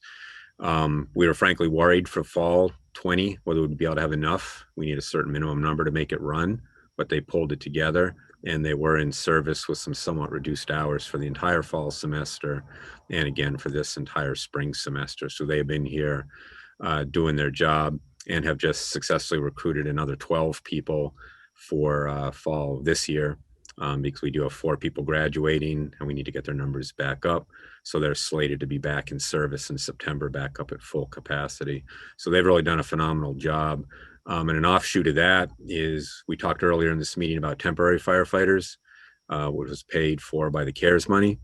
We needed that a year ago because we had a lot of vacancies, some due to retirements, some due to long-term injuries. So 5 of them were able to step in and be temporary full-time firefighters. So that was a great resource for us and helped take some of the pressure off the full-time. And now, deja vu, a year later, we're in the same boat as the chief said.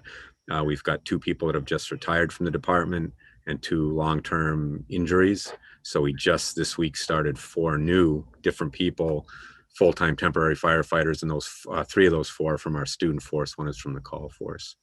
And I'd be remiss if I just didn't give a shout out to show you what a great group of people they are. The 2 individuals running the student force this year are both women. It's the first time we've had a woman deputy. So our deputy, Alana Scardino, and her number 2, her captain, Anne-Marie Marquis, are graduating tomorrow.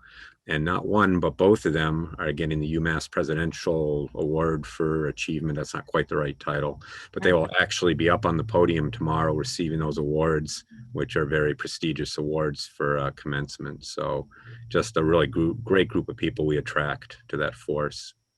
So we're proud of them. Great. So I don't see any other hands from the committee at this point.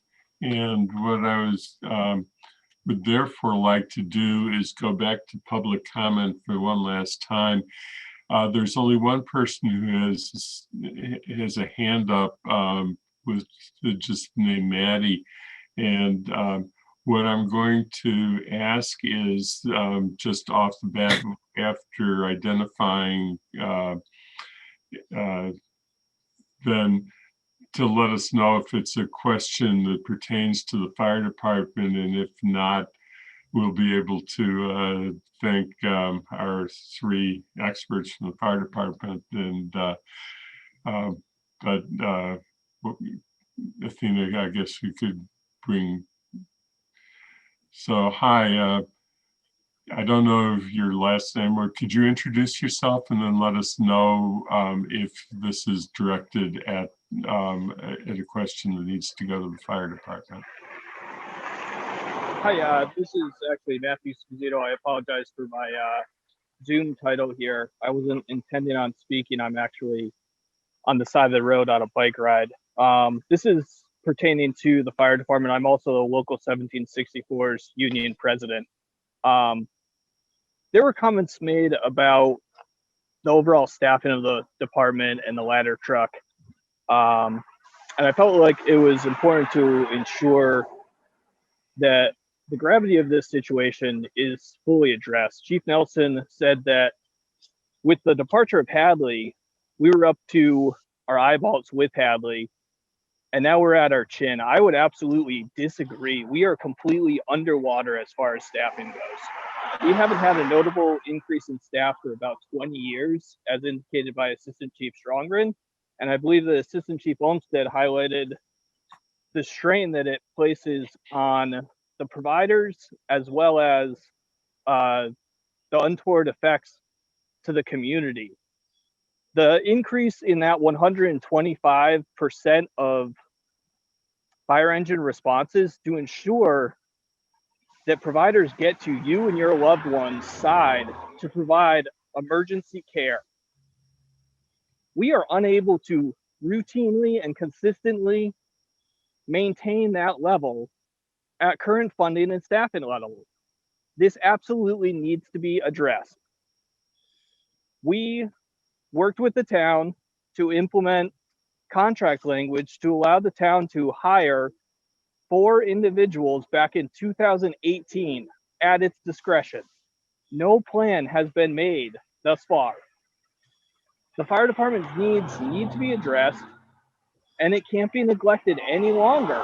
The community is suffering, and those great people that all of the chiefs are commenting on are suffering along with their families. The global pandemic did not reduce the strain on the personnel that remain at the fire department. The finance committee needs to appropriate more funds to the fire department so that we can address these needs appropriately.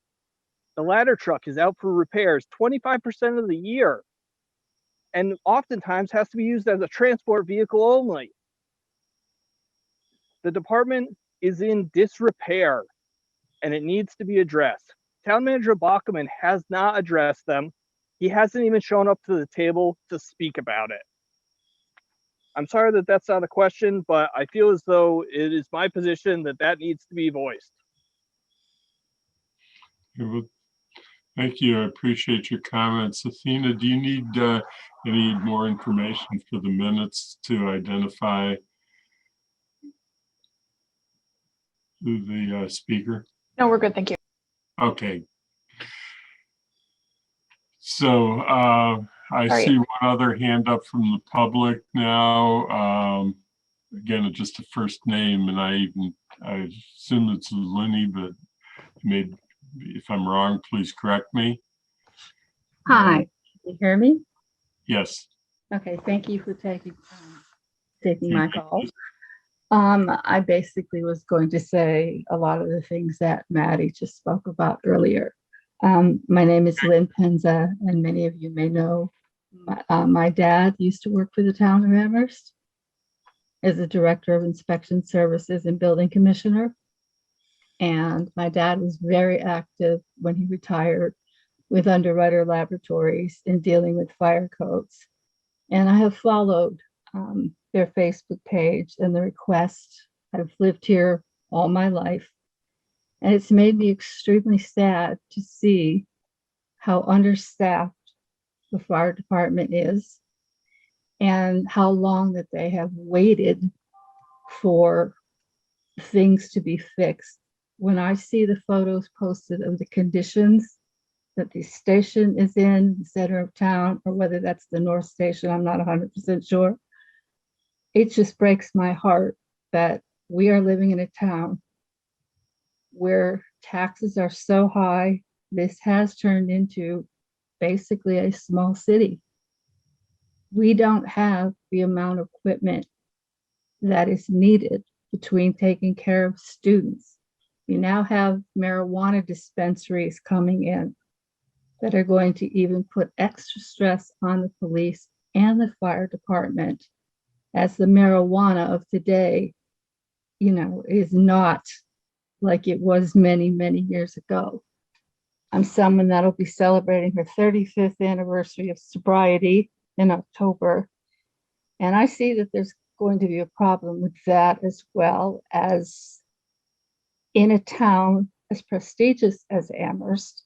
I believe that there is no more time to waste, that the staffing of the fire department must be increased immediately, as fast as you can. It needs to be funded. And they definitely, for the amount of people between elderly, students with 3 colleges, have got to have the equipment that they need and that they deserve. So I don't know if I formatted that properly because I've never really done this before, but I know that my dad kind of came to me and said, speak up about it if that's how you feel. And in his honor, I sort of am doing that because I know what it was like having a dad as a building commissioner who, if he saw the conditions that this station were in, I mean, I literally can't believe that this town has let it get this bad. There's no way my dad would have allowed that, to go on to the point where they look like they could almost be condemned. And maybe that isn't fair to say, but I'm only basing it on photos that I've seen. And just like we needed a new police station, we need to staff the fire department. I would love to see the one in the center of town stay there. It's an iconic, historic place that many of us loved walking by, when we grew up here, we're younger. And you need it. It's close to, like, the restaurants. The changes in this town are unbelievable with the high rises going up. And I don't think that our fire department deserves to have to wait any longer to have the needs met that they deserve to protect the safety of the residents, students, and even visitors who come to this town. So basically, I wanted to say I'm fully in support of please getting them the equipment they need. If I hit the mega millions on Friday, I'd be happy to do it. But I don't know if my chances better be good. But I hope you understand where I'm coming from, that I am that concerned. I know that anytime if I've had to go to the hospital, they've been super wonderful to me. And just to see this, I'm basically in shock. I also lived in New York City, one of the best fire departments around. Amherst deserves not to have to rely on other towns to help them. So I really hope that they take this seriously. And, very nice to meet you all. Thank you for listening. And if there's anything I could do, I'd be happy to try to help as much as I possibly can. Thank you. Thank you for your comments. And again, I hope you have what you need for the minutes. Lenny, I'm afraid we didn't catch your last name. Would you like to give your last name? And if you're my last name is Penza. My dad was Chet Penza, Building Commissioner, Director of Inspection Services for the town of Amherst. Terrific. And you're an Amherst resident? Yes, ma'am. Thank you. I grew up on Gray Street, right near the high school. And, with everything going on in the world, we all know it's been a very difficult year with COVID. Things have changed so much. I don't think you can base what's going to happen when the students come back in the fall. They've been away from each other. They're going to want to party. It's going to put extra stress. The staffing has got to be there. I don't want to have to wait to see a tragedy happen before something is finally done. And the equipment that they need and the staffing that they need is not available. So, with our taxes going up, I can't understand why this is not at the top of the list. And not to take away from funding for a new library, but ask yourselves, what's more important?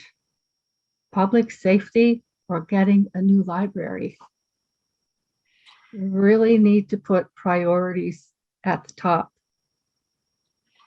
And public safety, getting your loved ones to hospital, accidents. If you don't have the staff, who's going to help? You can't always rely on students that are learning or volunteers. It really, to me, as I've seen the changes, from a little girl to where we are now, it does break my heart to see the conditions that the station is in. And I know if my dad were still here, that wouldn't be the case. So I'm hoping and praying that you take, you know, have all the lovely comments that were made by everyone, and really, they've waited 10, 11, how many years? 20 years?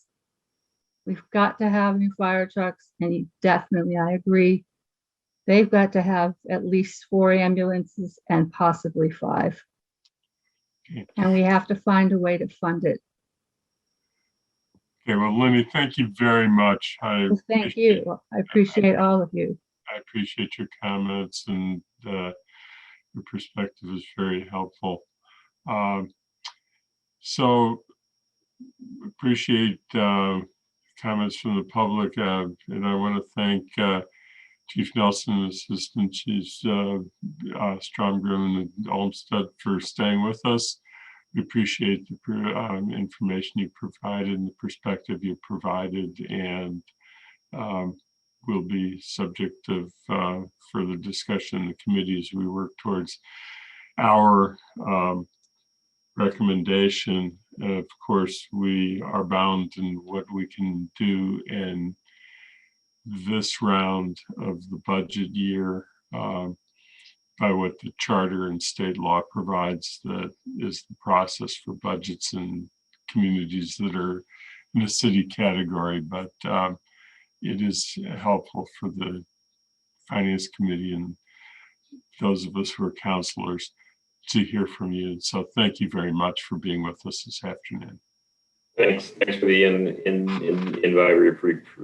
We appreciate your time, and don't let this be the only forum where you reach out to us. Feel free and any day, any time to reach out to 1, 2, or all three of us for anything you feel you need to know.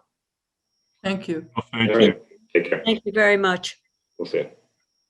So just have a couple of minutes left, I think. I don't know if Sean has other things that he wants to talk about. I wanted to just get a little bit on the process and alert you to what I've been working on, and we'll send out for comments to any of you who have time to look at it. I hope tonight to have pretty much of a lock on what's getting close to the end on the report that I have to give to the council for the meeting next week. And I have done some modifications this morning after getting some comments back from Sean and Lynn. And so I will get it to you if you have any thoughts. I wanted to make sure that I had the president of the council and her perspective. The sections that I have written is a fairly complete description of the water and sewer rate discussion that we had, somewhat of a discussion on where we are with the auditor selection process, and particularly focusing on the issue that we dealt with last time, which was the committee. And then the last section, when I started to work on pieces of the budget.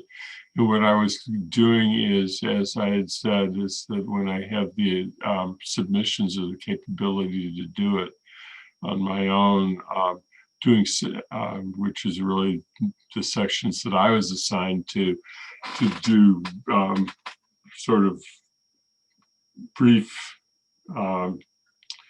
sections on each segment that we could then incorporate in the report, so that the council doesn't have to read all of it at one time, but can read it as we go along. And it also helps us to get our writing done when it's fresher on our minds. So when you see it, it might prompt you to the kind of things that you might think about. I don't think we need to necessarily be long. It depends upon the nature of the information that we've been provided. And the last thing that I just had is a question for you, and then I see if there's anything else that any members of the committee have, of topics that they hadn't, you know, that have come up in the last 48 hours, and see if Sean has any, or has anything final, or Sonia. Last time we were scheduled to do veterans, and we did a very brief discussion of veteran services, but Steve Connor, who's the one who provides veteran services and oversees veteran services for us and other communities, was not able to join us in the end. And so I guess it's whether anybody feels that we need to ask him to come back. Otherwise, I'm just going to write up based upon our discussion of last week, try and get that included in what I send to you tonight. So nobody is seeming to indicate that they feel that we need to bring him, ask him to come to a meeting. Sean, is there anything else we need to do? Or Sonia? Not today. I just recap. I'm going to send out the questions, as many of them as I have, and I'll try to incorporate some of those we heard, and get that out to the group tomorrow. I'll send it out to this full group, and then we can post it in the packet so that it's there going forward. Okay. So with that, Kathy? Just, I sent Sean a note, but I noticed when I went to look at for library today, I had it in an attached file, but it wasn't in the posted packet. So if we could just, there are only going to be a few of those. It was library and elementary school, and the elementary school, the larger budget wasn't there, just the presentation was. So if we could get the library presentation posted also, Sean and Athena. Sure. Yeah, I'll work with Athena to get those both posted. It's just some of those have more information than we had before we went to the meeting. So it's useful to be able to reference them. Yep, absolutely. Okay. Anything else from any members of the committee? If not, then I think we'll declare ourselves adjourned. It's been a long afternoon for counselors and for the rest of you who are waiting for us to get off of the council meeting that we were on. So thank you very much. Thank and you, everyone. Thank you. We're adjourned at whatever time it is, 4:57.